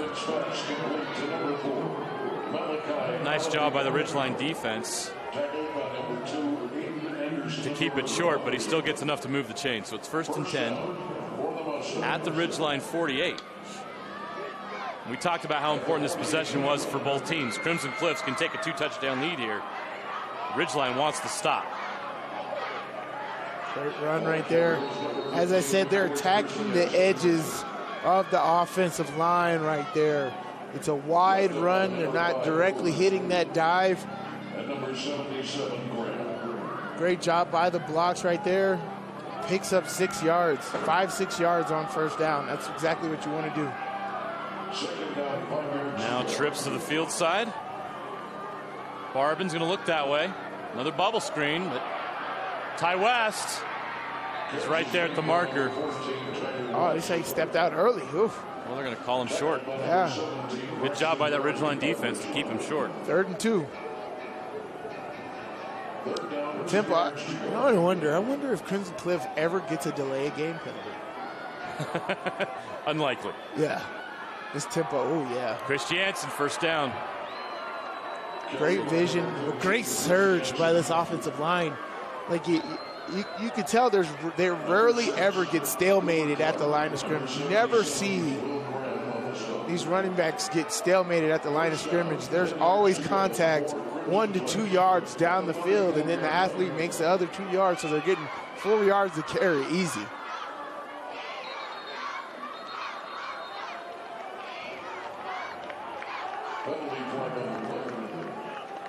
Part of the staff, false start, number 56 on the offense.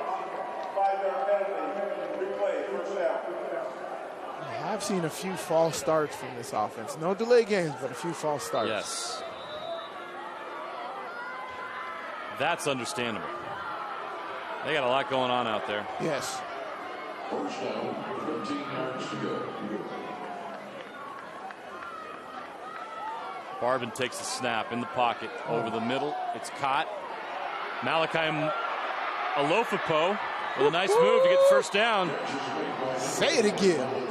Feeding that sweetness. You think I'm out there? I'm not. Look at this. Whoop! Is that Chris Berman? Whoop! Off tackle. Back to the ground. Topalian. Number 21, Mason Topalian is the ball carrier.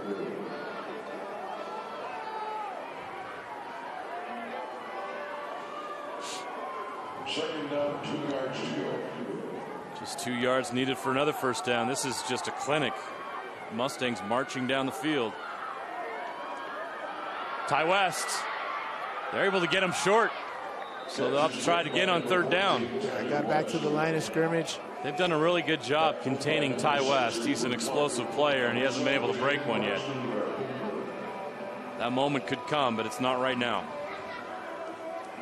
Good job by that defense. 3rd and 2 from the 13. Great job by Avon Gore at blowing up that first receiver, making him go wide, and then they cleaned that up. Topalian. Got that. 1st down.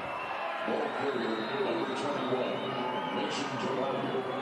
Blocks by number 55, Brooks Jensen. Number 57, Easton Webster.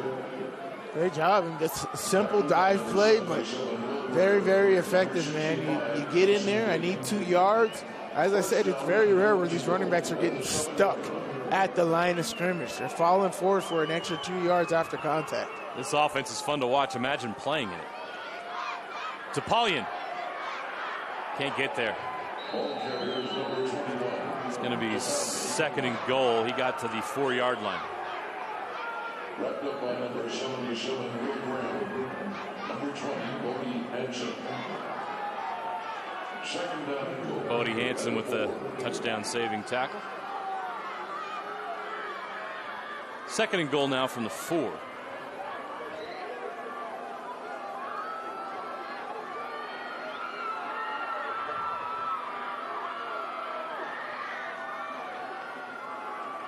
Touchdown, Crimson Cliffs. Woo-hoo. Boston Adamson in the end zone for the touchdown, and the Mustangs take a 30-17 lead. How about that? We talked about how important this possession was, and Crimson Cliffs took advantage of it. And it's almost a 5-minute drive right there. Great job by Crimson Cliffs to eating up clock, wearing this defense down, just extending this lead. That is very huge in this game. You want your opponent to play from behind. That's exactly what they're doing here. Extra point is good. 31-17. That's 17 unanswered points from Crimson Cliffs as they take a 2-score lead. They make it look simple. Great offense. Yes, sir. This is a team that is on a mission. They thought they were going to win the state championship last year, and they got to the state championship game, and Desert Hills had the better day. They got beat soundly by the Thunder. And that was fuel all off season to get back to that championship game. And here they are in the semifinals with a 31-17 lead, 7:17 left, third quarter. They would love to make that drive back to Rice-Eccles Stadium next week. Next Friday. Yeah. They better make the drive Thursday because the game's at 11 a.m. I mean, I'd hope, but, hotels might not be friendly. Yeah. That's why there's Airbnbs, though. They got Airbnbs Right. that can accommodate. Great return. Decent, out to the 28. That's Trace Dustin again. He's had a nice game for the Riverhawks. 7:12 left third quarter. Ridgeline's got to get their offense in high gear here. It's crazy. In the blink of an eye, they went from a 17-14 lead to down 31-17. And Crimson Cliffs has all the momentum. Yep, they sure do. McKay Wright is doing what he does, making tackles. Yeah, he's been playing great at that linebacker position in the pass game, in the running game, flowing all over the place, not letting receivers have anything over the middle. It's exactly what you're supposed to do for a middle linebacker position. Handoff, Lindsey. Ball carrier number 33, Jackson Lindsey. Tackled by number 49, Scott Nyson. Third down, 5 yards to go.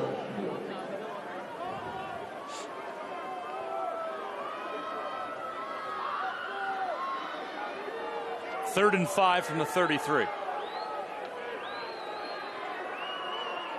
Dally gets it off, catches May. Can he get to the sticks? He's short. Oh, he's short. What do you do? What do you do? Livingston is short. They got too aggressive before the halftime. I wonder if they go conservative here. He's thinking about it. He's going to punt it. They already went fourth down earlier. You remember that early in the game, and it paid off. It did pay off. It did pay off. But this is kind of really deep in your territory. You do not want to give Crimson Cliffs, who scores quickly, has great efficiency, the ball at your 35-yard line. The reason you had to think of it is because Crimson Cliffs, they go for the fake. It's close. He's there. He's got it. Wow. How about that? Trey Purser, the guard. Watch this on the punt. They just hike it short. Purser fights his way. So you snap it to the offensive lineman. He walked off like a boss, too. And he fights his way through. How many offensive linemen get a chance to do that? All right. Well, they did it again. They gambled and win. He looked good while he did it, too. Again, fortune favors the bold. This is bold. Oh, yeah. Catch is made. That's a catch. Oh, yeah. Carson Cox down to the 36-yard line. This is great right here. Look at this. Bring it in. Great 1 foot inbounds. It's all you need. This left foot. Bang. Nice. 25-yard gain. Ridgeline has momentum now. Dowley's going to throw. It's knocked down at the line of scrimmage. That's an incomplete pass. Great job getting your hands up by Crimson Cliffs right there. That was a good RPO. I think both slants were open. He was going to take the inside one. The D-tackle had their hands up there. Knocked that down. Nothing easy. Nothing easy. Got to work for it. Wow, Ridgeline got some juice, though, from the fake punt conversion on 4th down. Then the 25-yard reception by Carson Cox. Now 2nd and 10 from the 36. Dowley, screen. Catch is made. Room to run. He's at the sticks. He's got the first down. Fighting for more. He's right there at the 26-yard line. He's got it. That'll move the chains. Riverhawks continue the momentum.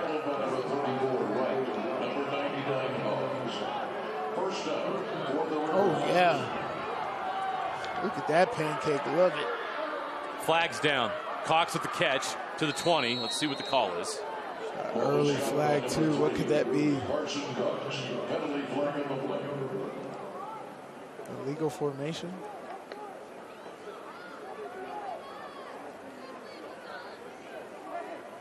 Or is it on the defense? Offsides? In the neutral zone? Illegal formation. Nope. On the offense. You got it. You were right. Replay, first down. It was an illegal formation. I was like, it was an early flag. It was like it wasn't enough to get a holding because it was so early. Yeah. That's the only thing it could have been. And it wasn't a false start because they would have stopped it. Nope, it was a live ball infraction, and you're right. One of those receivers must not have been on the line. Right. So not enough players on the line of scrimmage. Dowley over the middle. Catch is made. Livingston. He's down to the 25. He lives over the middle. Oh, my gosh. He runs so many under routes. Yes. And he does it well. Very secure with it, safe. A lot of people aren't. Makes a good adjustment, too. That ball was slightly behind him, and he made a nice catch. A lot of people aren't comfortable with getting that ball over the middle like that. Especially when you got guys like McKay Wright over there patrolling, knocking guys out. I don't blame him. 2nd and 9 from the 25. Dowley quickly. Incomplete. Oh, it's a flag. Oh. They got him. He had his hands on him. Oh, no. Was it simultaneous? That was Rowan Williams in coverage, the linebacker.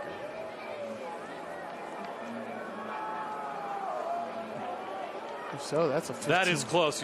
If you're an official that's letting him play, that probably would have been let go. Interference against the defense, number 97. Half the distance to the goal. That's a huge call. Yeah, it is.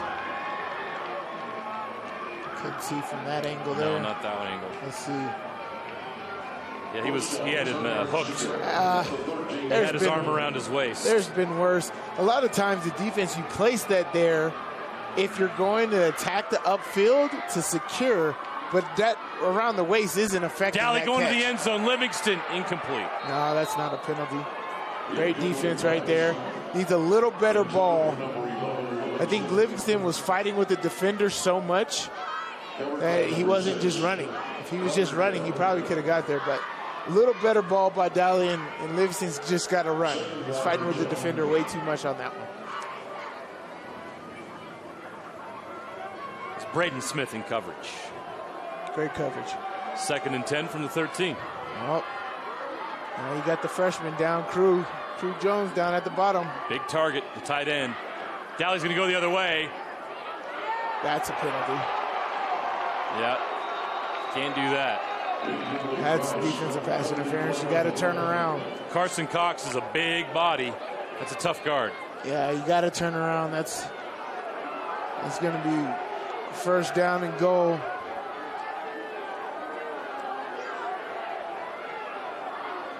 Pass interference. Defense, number 1. Half the distance. Replay the down. 2nd down. Oh. You're going to replay it down. That's a 15-yard penalty. Is that not an automatic first down? No. What? I pass interfere They all got the a time. first down then. on the last one because it gave them the first down on the distance. Dally on the run. But now it's third down. That's what I don't understand. I'm like, it's normally a 15-yard penalty. You go half the distance, but it's an automatic first down. In high school level, that's not an automatic first down. I'm gonna need to take. If they had given them the distance past the first down marker, then it becomes a first down. But the half the distance is short of the first down marker. But I always thought it was an automatic first down. Crew Jones trying to power his way in. He's got a first down. He's just short. But they'll get a new set of downs at the goal line. Yes, but even if it's like 1st and 20, you get that pass, or say it's 2nd and 20. Yeah. You get pass interference. Of course, it's 15 yards, but I always thought it was an automatic first down. It is at the college and pro level, but not in high school. Gotcha. Well, they got first down anyway. They are knocking on the door. Dally going to hand it off. Crew trying to fight his way, didn't get there. Lost a half a yard there. Crew Jones is short. They go to the big freshman. He can't get it, but they got 3 more tries.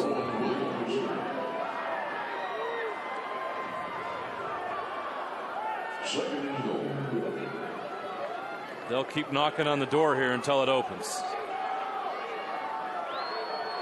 How will they knock, though? Let's see if they pass out of this with some play action. Dally, back to Jones again. Now he's into the end zone. The freshman has another touchdown, his 2nd of the game. And Ridgeline's right back in this. Just down 1 possession. 31-23 with the extra point coming up. Got a freshman doing stuff like that. You can trust your freshman in the semifinal game to run the ball like that. When you have a freshman that's had a mustache since the 5th grade, I'm just kidding. Crew Jones is 6'3", 210 as a freshman. That's just... Yeah. That's not normal. I wasn't 6'3", 210 to my sophomore year in college. Exactly. In college. This is a... what are they putting in the water in Cache Valley? This is a mature young man for his age. Making big plays on a big stage. Crew Jones. They've got him for 3 more years. That's nice. He's going to be a big-time recruit for sure.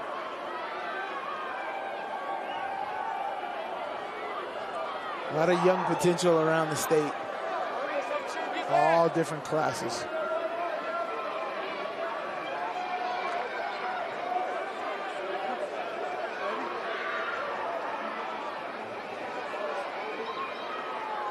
So the Riverhawks cut that deficit in half. 31-24, 2:11 left. 3rd quarter. Let's see how Crimson answers. Oh, he breaks the tackle. We've got a flag on the play. Nice return. We'll see what the call is. Tackled by number 2, Anderson, number 42. Most likely a holding. Noah Villa.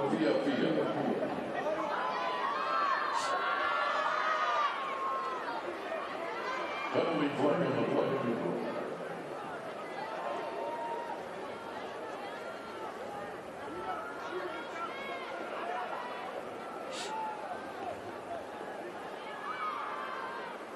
During the return, holding 31 on the return team. 10-yard penalty, first down. That'll set back the Mustangs back inside the 20. A 10-yard penalty. So this drive will start at their own 18-yard line. First and 10 at the 18-yard line.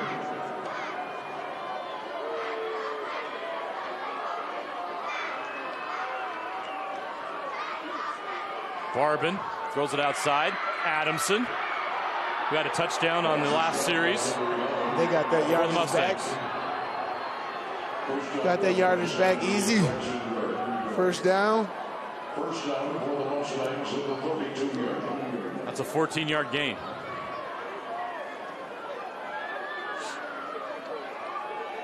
Barben hot so far in the second half. They go to the run. It's Christiansen. Wrapped up by number 1, Hunter Knight. Number 55, Cohen Richards. Second and 6.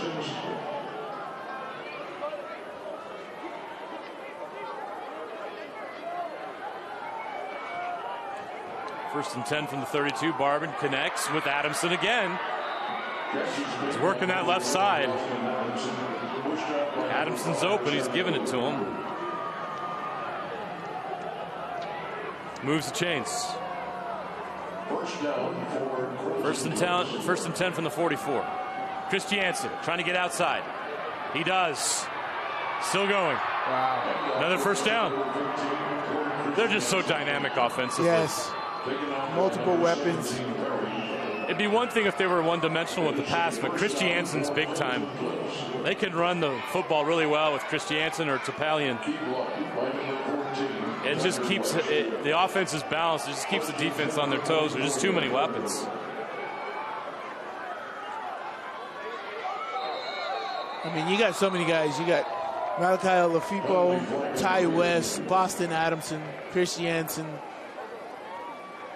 You can just do whatever you want Prior to to do. Snap, false start, offense number 56. 10-yard penalty, replay, first down. Yeah, see, no delay games, a lot of false starts. That's like the 7th or 8th false start I've seen here. That's been one issue they have with the pace they play at. Yes. It can be a challenge for their offensive linemen. First down, 15 yards to go.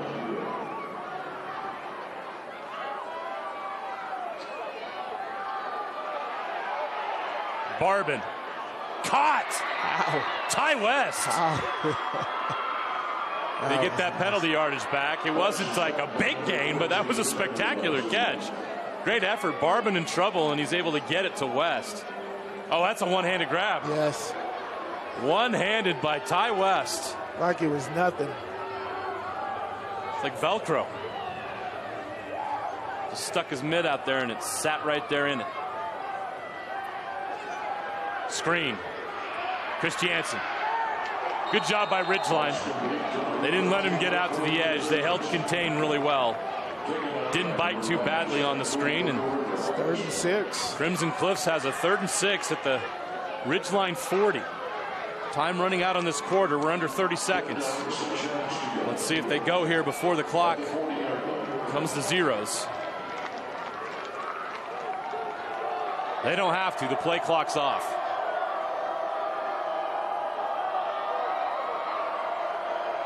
They go. Barben in the pocket. Plenty of time. Now he's going to try to run it. He's in trouble. Crew Jones has him. He's going down. Swallowed up by the freshman. So Crew Jones has 2 touchdowns. Now he has a sack. A huge play on 3rd and 6.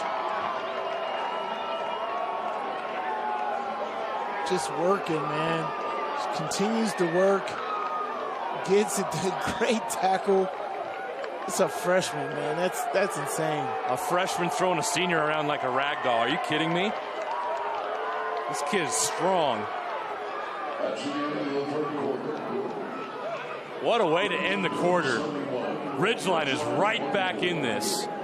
4th and 19. They'll get the ball back to start the 4th quarter on the punt. Let's go down to Mary Lou's Cook.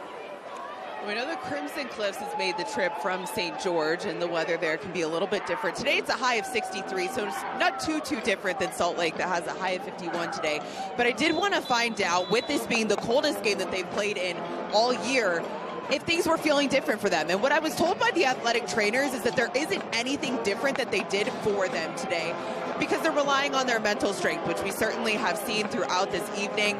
I was also told that the past few nights in St. George have actually been pretty windy, pretty chilly, and very similar to the weather here tonight. So that's actually been really helpful to help them prepare. So I know you guys have been talking a lot about the weather. Sly, you know, Nevada guy, definitely from that warmer climate. So maybe you got to rely on that mental toughness. Learn something from Crimson Cliffs. Back to you guys. That's a direct shot from Mary Lou's Cook. Might be. From the top rope. I don't like her people's elbow. That hurt. All right, the punt by Crimson Cliffs. It's short and high. They're going to call for a fair catch, and it is made at the 26. So Ridgeline's in a great position here. They're down a touchdown, but they got the ball. They got 3 timeouts. We start the fourth quarter with the key drive for the Riverhawks. Wait a minute. Is the Floridian talking smack to me? Yes, she did. South Floridian. South Floridian. Not just Floridian. South Floridian. Just better not see her on the slopes this year, I'll tell you that much. Look, it's not like it's not like South Beach down in St. George right now.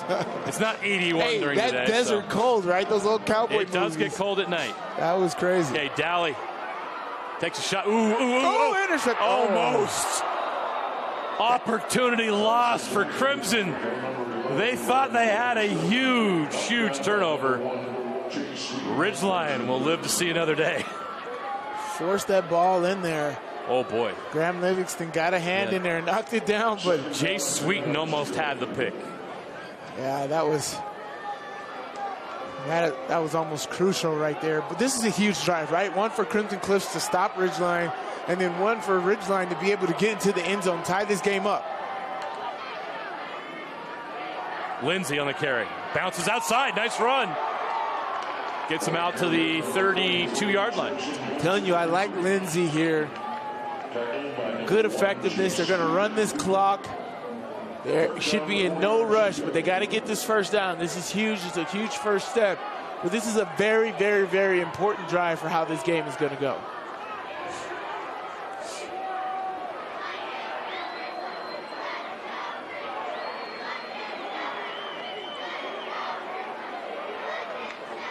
Third and 4. Caught. First down.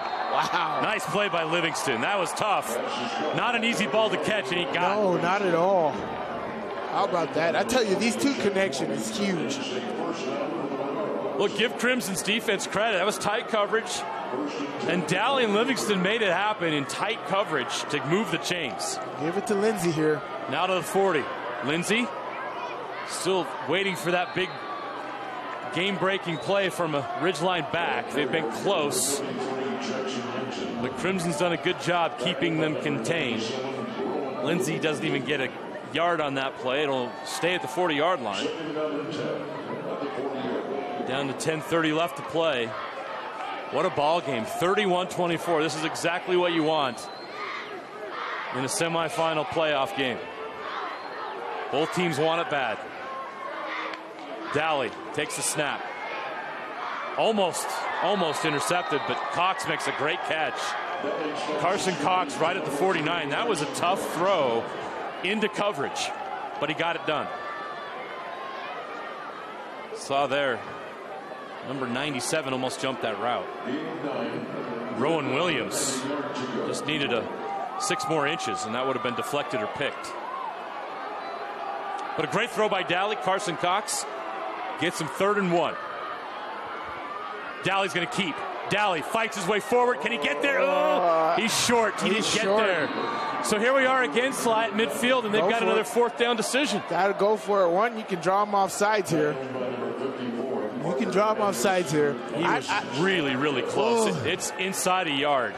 Well, for me, right there, he just could not power over the linebacker. Right. That was Williams. Well, how this game is going, I go for it, right? I don't give the ball back. Yeah, I don't. You're going. They're going for it. Here they go. Crew Jones, here we go. Hat on a hat.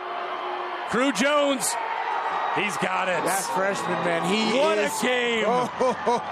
Crew Jones has been clutch. Freshman playing like an experienced senior tonight. What a game. He really is. He really is playing like an experienced senior. He's got ice in his veins, cool, calm, collected, not overly excited, not jumping up if he gets a touchdown, acting like he's been there before. Somebody check his birth certificate. This guy is awesome. Love the play call. 1st and 10. Nice effort. Lindsay could have taken a TFL. He fights his way to a 4-yard gain. They're down at the 44-yard line. This is turning into a nice drive by Ridgeline. Another 4th down conversion. That's 3 in this game. 1 on a fake punt.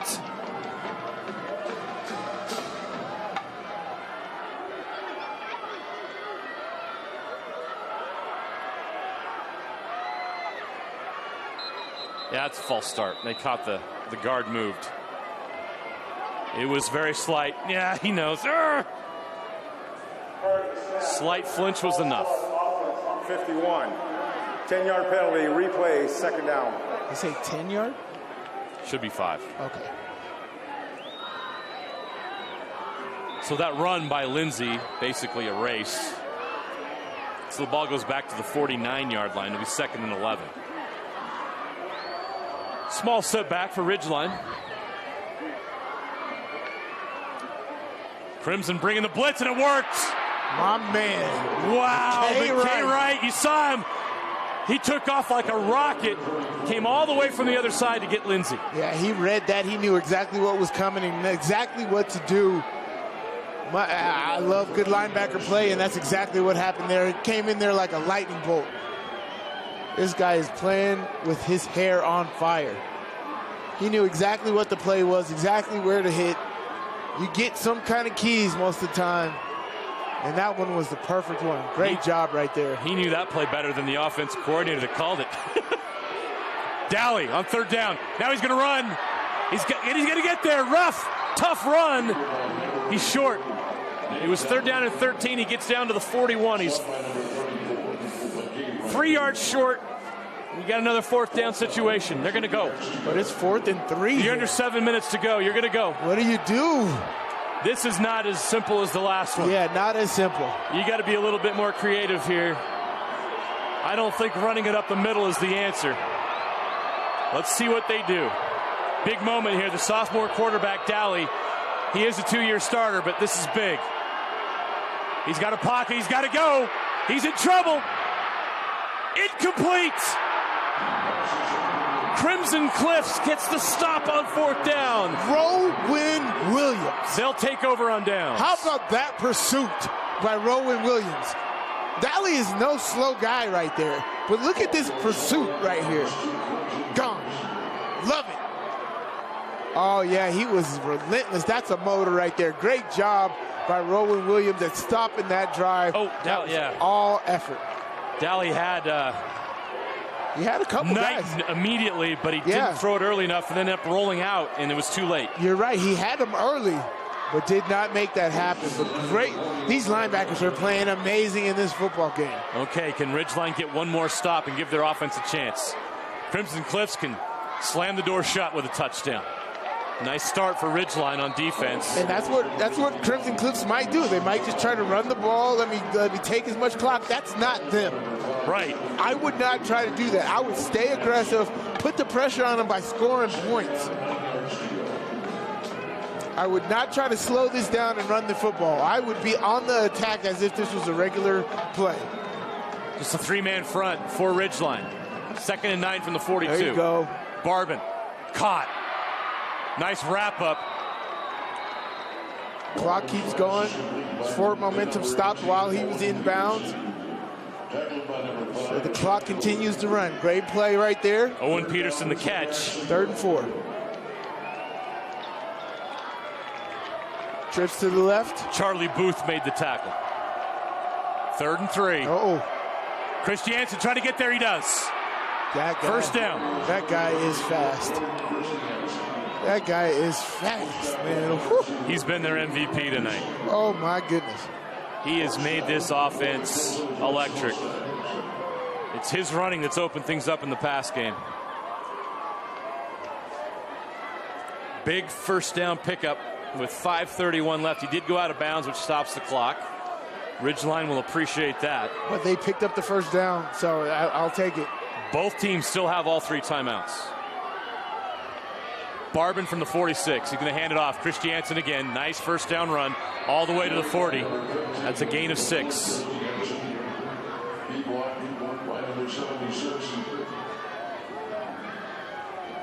Time runs on the clock.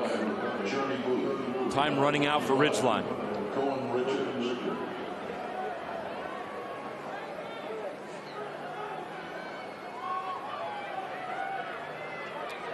Clock continues to churn here.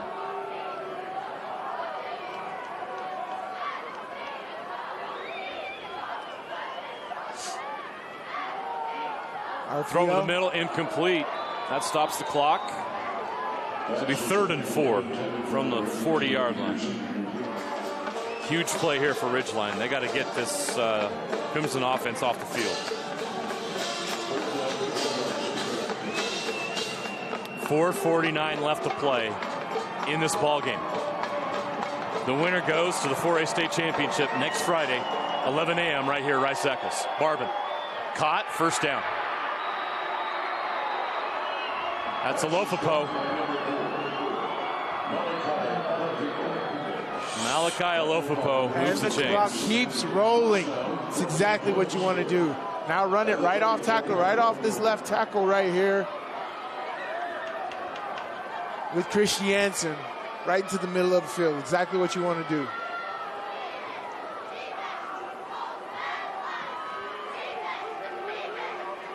Burning clock. Christiansen, they wrap him up quick. Ooh, he almost bounced out. Shows you how hard it is to bring Christiansen down. Yeah, not an easy tackle, that's but for sure. That is a TFL. He loses a yard. Clock does continue to run. We're coming up on 4 minutes. So Crimson doing what they need to do. Burn that clock. Keep Ridgeline's offense off the field. 2nd and 11 from the 35. Barbin throws. Caught. Alofapo, first down. There is a flag on the play. Alofapo goes out of bounds.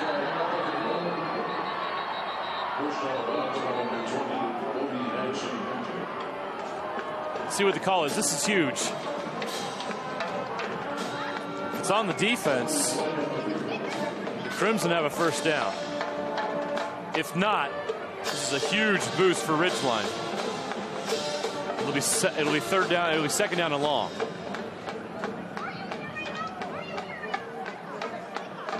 Ineligible player downfield on the offense, number 55. 5-yard penalty. Replay, 2nd down. So that helps Ridgeline's cause. Ball back to the 40. It'll be 2nd down and 16. So wipe out the Alofapo catch and run for a first down. 2nd and 16, 3:35 left. Big chance here for Ridgeline. Got to get a stop. Got to give their offense one last chance to tie this game. Barbin, plenty of time. Takes a shot. Knocked down at the line of scrimmage. Nice. That's number 52 with the deflection, Dante Bond. That's 2 great things, right? That's when it's nice to have a 6'3" senior at defensive end. Well, here you not only stop the potential big gain here, but you stop the clock as well. Give yourself an opportunity. That is huge without using any timeouts. Great play right there. 3rd and 16 from the 40. Huge play in this game. They're going to run the football. Oh, don't 3:31. They're going to run the football here to try to keep the clock going. So Ridgeline needs to take a timeout after they run this football. Don't back off. 3-man front. Barbin's going to throw. They're passing. Okay. Barbin's got room to run. This is trouble for Ridgeline. Barbin, they get the stop. They get him down. Clock's going. Take the timeout. Take the timeout. Will they use it? Will they use it? Got to take the timeout right here. He's down at the 29. Clock is rolling. Coach is going to recognize it late, man. He should have took that timeout. Now he's going to take it. Waited a little bit too long. It doesn't cost them too much. They lose about 20 seconds. Coach got to understand that before that play starts. I got to take a timeout if we stop them short of the 3rd down. Okay, the Crimson Cliffs has the ball at the 29-yard line. It's 4th down and 4. They got to kick a field goal. Their kicker can do it. There's not a lot of wind here. Officially, it's at the 28. 4th and 4. They could send out their kicker to give them a 10-point lead, potentially. I'd risk the 10-point lead rather than risking not getting anything at all. There is the temptation to go for it on 4th with your dynamic offense. Yes. And that would put a lot more pressure on Ridgeline. You get that conversion, you're starting to smell victory. Especially with Ridgeline already taking that one timeout. A lot of things to think about here for both teams. Will Crimson Cliffs kick, or will they go for it? Heck of an ending to this football game. What a great game this has been.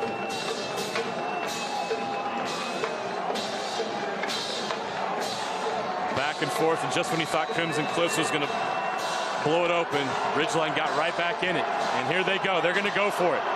They're going to spread things out. 4 receivers, 1 back in the backfield with Barbin. 4th and 4 from the 28. Here we go. Nope. They're going to throw the flag.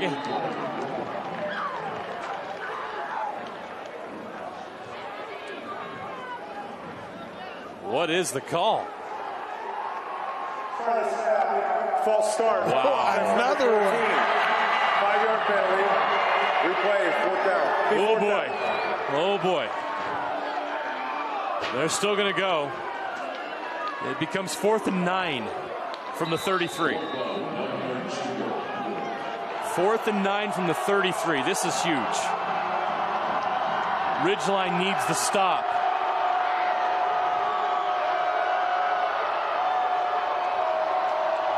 Barbin. Dancing over the middle. Caught! Right at the marker. Beyond the marker. At the 15. That moves the chains. On 4th and 9. Malachi's had an amazing game today. He's played awesome. Wow, that is a big, big play right there. Huge completion. I would have kicked the field goal, but hey, man, when you're confident in your team like this, go right ahead. Great job picking that up. We're under 3 minutes. Christiansen. Now the thing is they can take off more time, and now they feel more comfortable trotting their kicker out to ice this game. Oh, yeah. Well, now Ridgeline has to. Now the Ridgeline's got to burn the timeouts. Got to burn the timeouts here. Try to preserve as much time on the clock as possible. Ooh, if you're Ridgeline, you're sick to your stomach. You had the chance. 4th and 9. Whew. All you got to do is keep him in front of the sticks, and you couldn't do it. They gave him too much. Yeah. That should not have been open. But give Crimson Cliffs credit. Steele Barbin, an experienced quarterback, put it right on the money. Lofapoth the catch, and Crimson Cliffs starting to smell the aroma of sweet victory.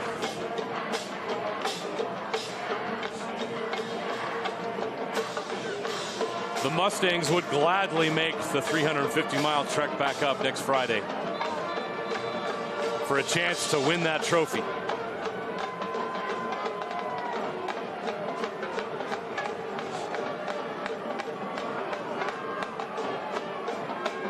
What a game by Steele Barbin. He wasn't perfect, but when it counts here in this 4th quarter, he's been money. 2nd and 9 from the 14. Oh. Barbin in trouble. He's going to go down. They'll keep the clock running unless they decide to stop it. And that final timeout is taken. Ridgeline takes their final timeout. Big 3rd down. It'll be 3rd and 8. They waste 40 seconds here. If they run the football, kick the field goal, Ridgeline could get the ball back. About 1 minute and 54 seconds left.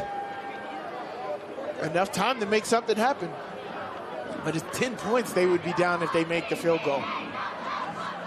That'd be pretty tough. That would be tough with 1 minute and 54.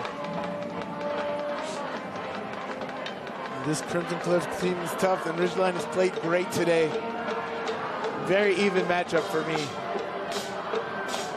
Turnovers, penalties, very even both ways. All these kids have played their hearts out, man. Incredible moments here at Rice-Eccles Stadium. Lots of young players contributing across the board. Tell you what, Crimson Cliffs has just destroyed 4A competition this year.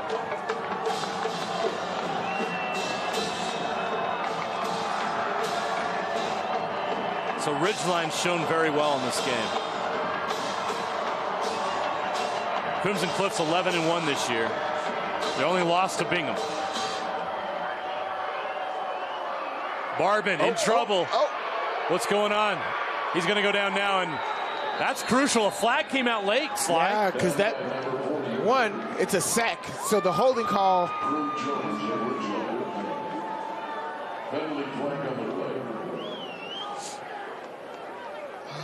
Because you got to stop the clock. I don't understand why Crimson Cliff wasn't running the football. Holding number 56 on the offense. That penalty is declined. 4th down. Well.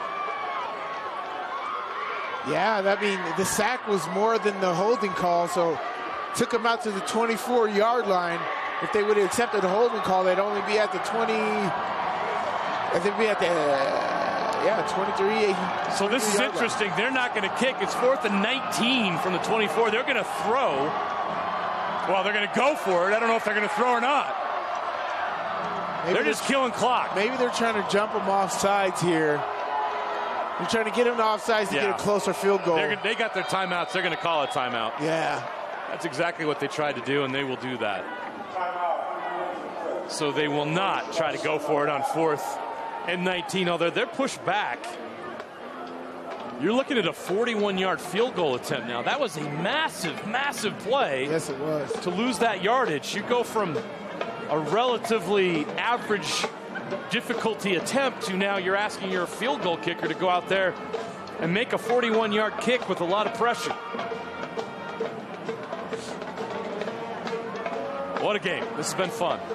I mentioned Crimson Cliffs is absolutely wrecked for a competition. Even 5A, they beat Springville 28-7.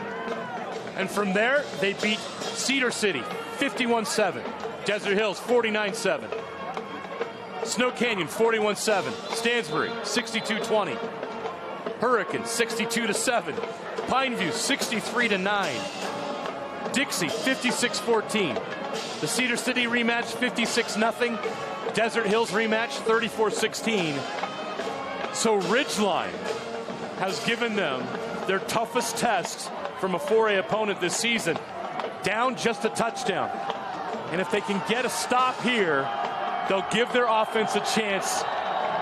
They're going to go for it. They're not going to kick. What? How do you do this? I don't think they have a kicker that can make it that distance.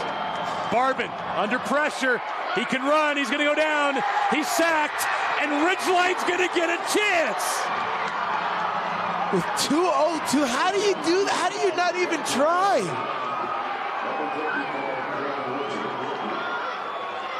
Oh. I mean, that was 4th down and 19. Like the Undertaker rising from the grave. Here's an opportunity. Has 2 minutes in the ball. No timeout, so they got to be efficient. Dowley, he's going to throw it. The left, he slings it. It's not there. He just throws it out. Good decision. Okay, that stops the clock at 1:55. Boy, Coach Cox is furious. Oh, he's mad. Oh, boy. Don't get a penalty. I don't think he's mad at an official. Still, you got to have good sideline etiquette right there. No idea, but there's a lot of pressure on this game right now. Got to make a decision. Every play matters, and he knows that. 2nd and 10 from the 25. Blitz comes. They pick it up. Dowley. Catch is made. 30-yard line, out of bounds. Great job right there. It's short of the sticks, but it gets out of bounds. I mean, you're in 2-down territory. Doesn't matter. 3rd down and 2 here. Great catch is made by Hunter Knighton. Got to continue to go forward here. Okay, 3rd and 3 from the 32. Got to get to the 35.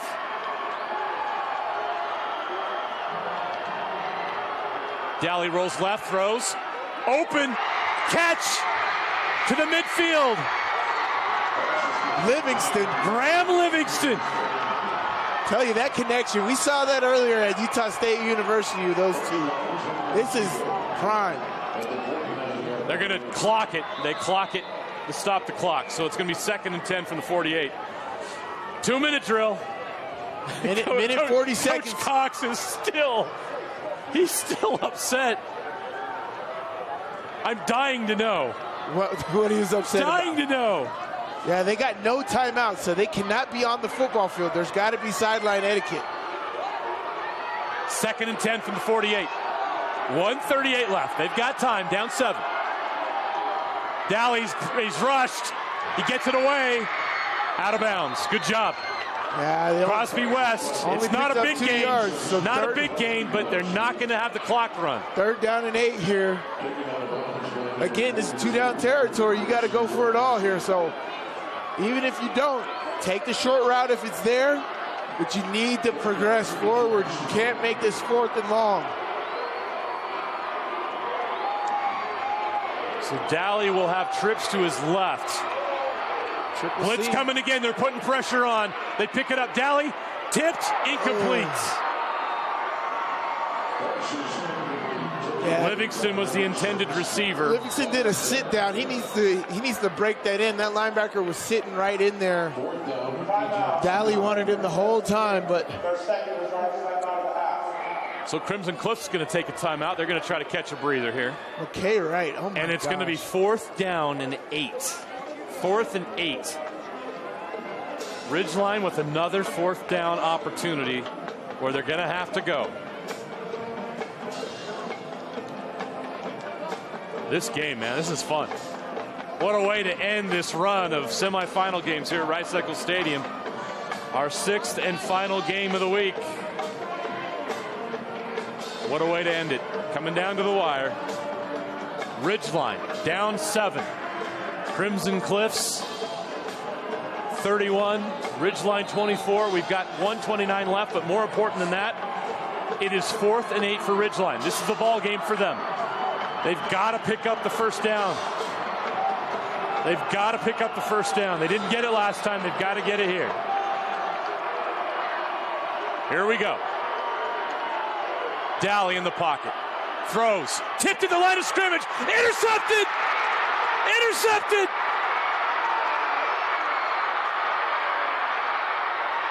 McKay Wright! That's the ball game! And is there a player more deserving of a moment like that than McKay Wright? Not to me. Not to me. McKay Wright has played amazing all game. I've been saying his name like crazy. The way he's playing that Mike linebacker position is absolutely amazing. But great job by the defensive front of getting their hands up. But even more, making the play. McKay Wright taking it all the way down there. Don't try to score here. Just take the knee. Take the knee in this game. You guys have had an amazing run. Ridgeline has no timeouts. Well deserved all the way across the board. Absolutely love what they put together in this football game. Can't be more proud of McKay Wright and the way he's played the linebacker position today. Absolutely amazing.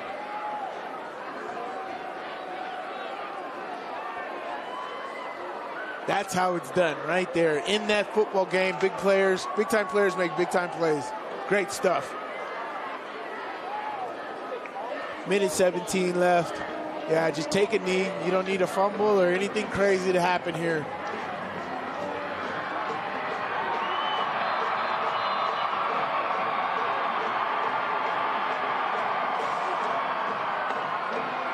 Wow. Wow, wow, wow. Heck of an ending to a great day. This has been a great football game. Ridgeline has nothing to be ashamed of or hang their heads about. They fought this Crimson Cliffs team to the nail, to the end.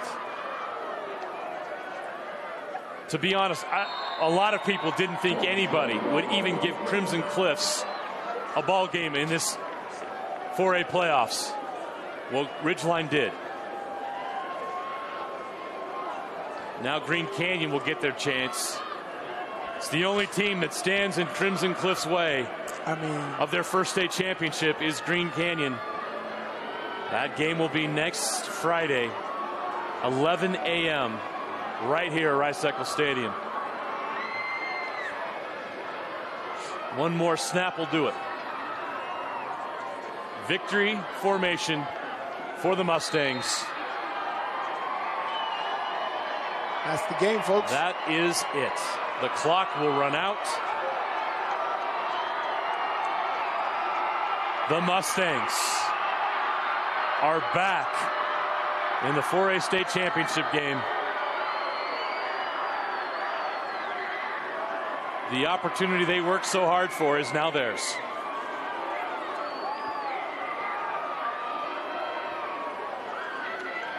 Interception. How about that? That felt like a heavyweight bout. Right, that was, really. I'm exhausted just watching it. What a game. Man, so close for Ridgeline. Literally mixed emotions. The excitement for Crimson Cliffs, the disappointment for Ridgeline. But you can't be disappointed when you put on performances like that.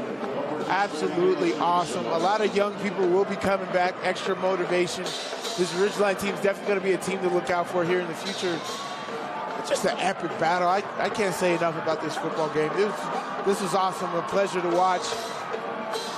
The Crimson Cliffs, man, on to the next. Be back up here next week to fight Green Canyon, who beat the #1 Skyview coming into this. So it'll be an interesting battle. Great job by both of these teams.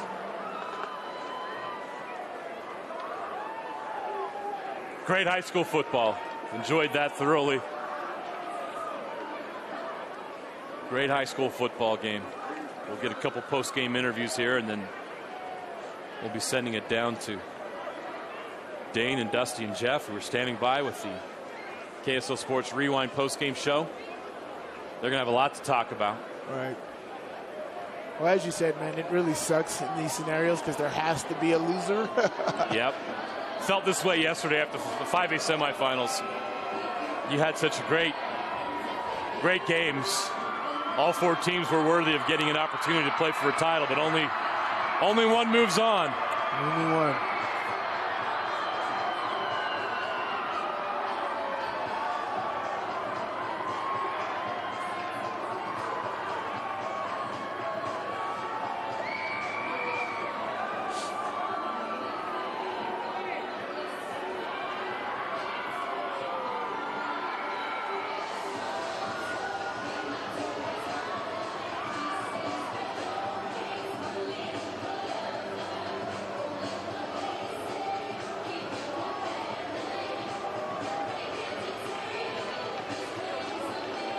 Marilou's is getting into that celebration scrum.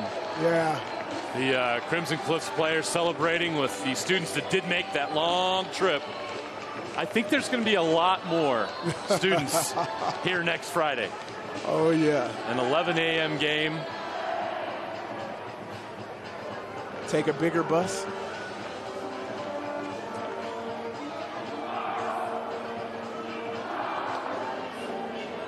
That's got to be so fun for them.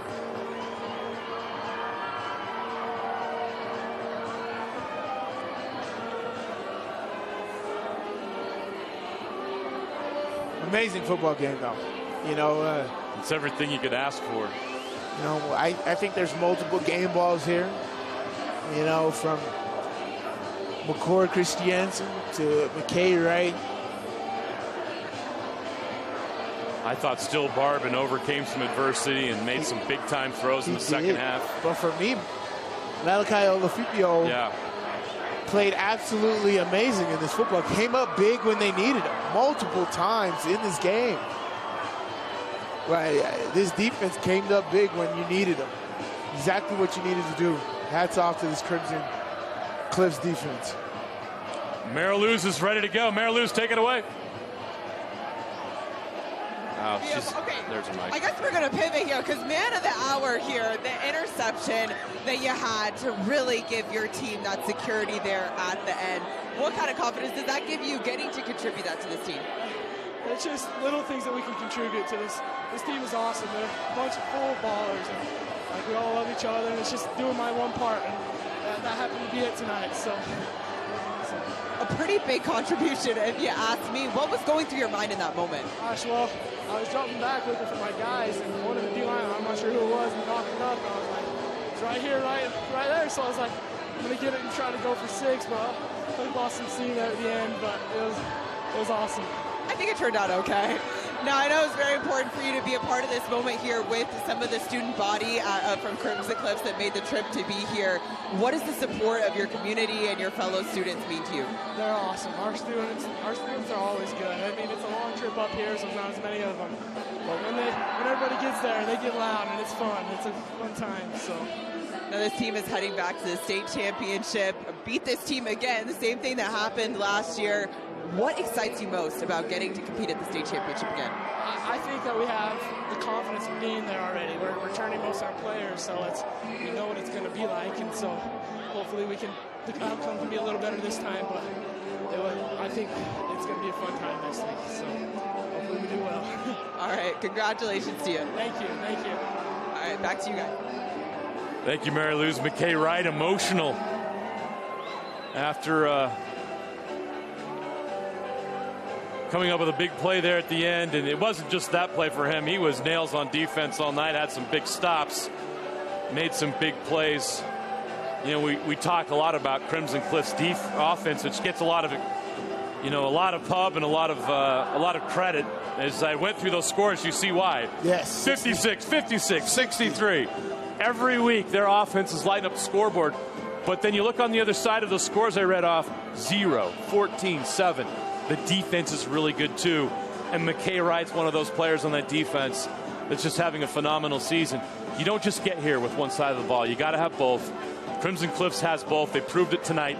In a tough game where their offense was challenged by the Ridgeline defense, their offense showed well. And their defense. They had balance. Special, man. When you get to the championship, you get full team effort. Full team effort. Everybody contributing. One of my biggest statements for football is complementary football. Offense has to help the defense out. Defense has to help the offense out. Special teams has to help everybody else out. And you got to trust in one another. Trust in the man to your left and your right, and that's what they did today. It was absolutely awesome.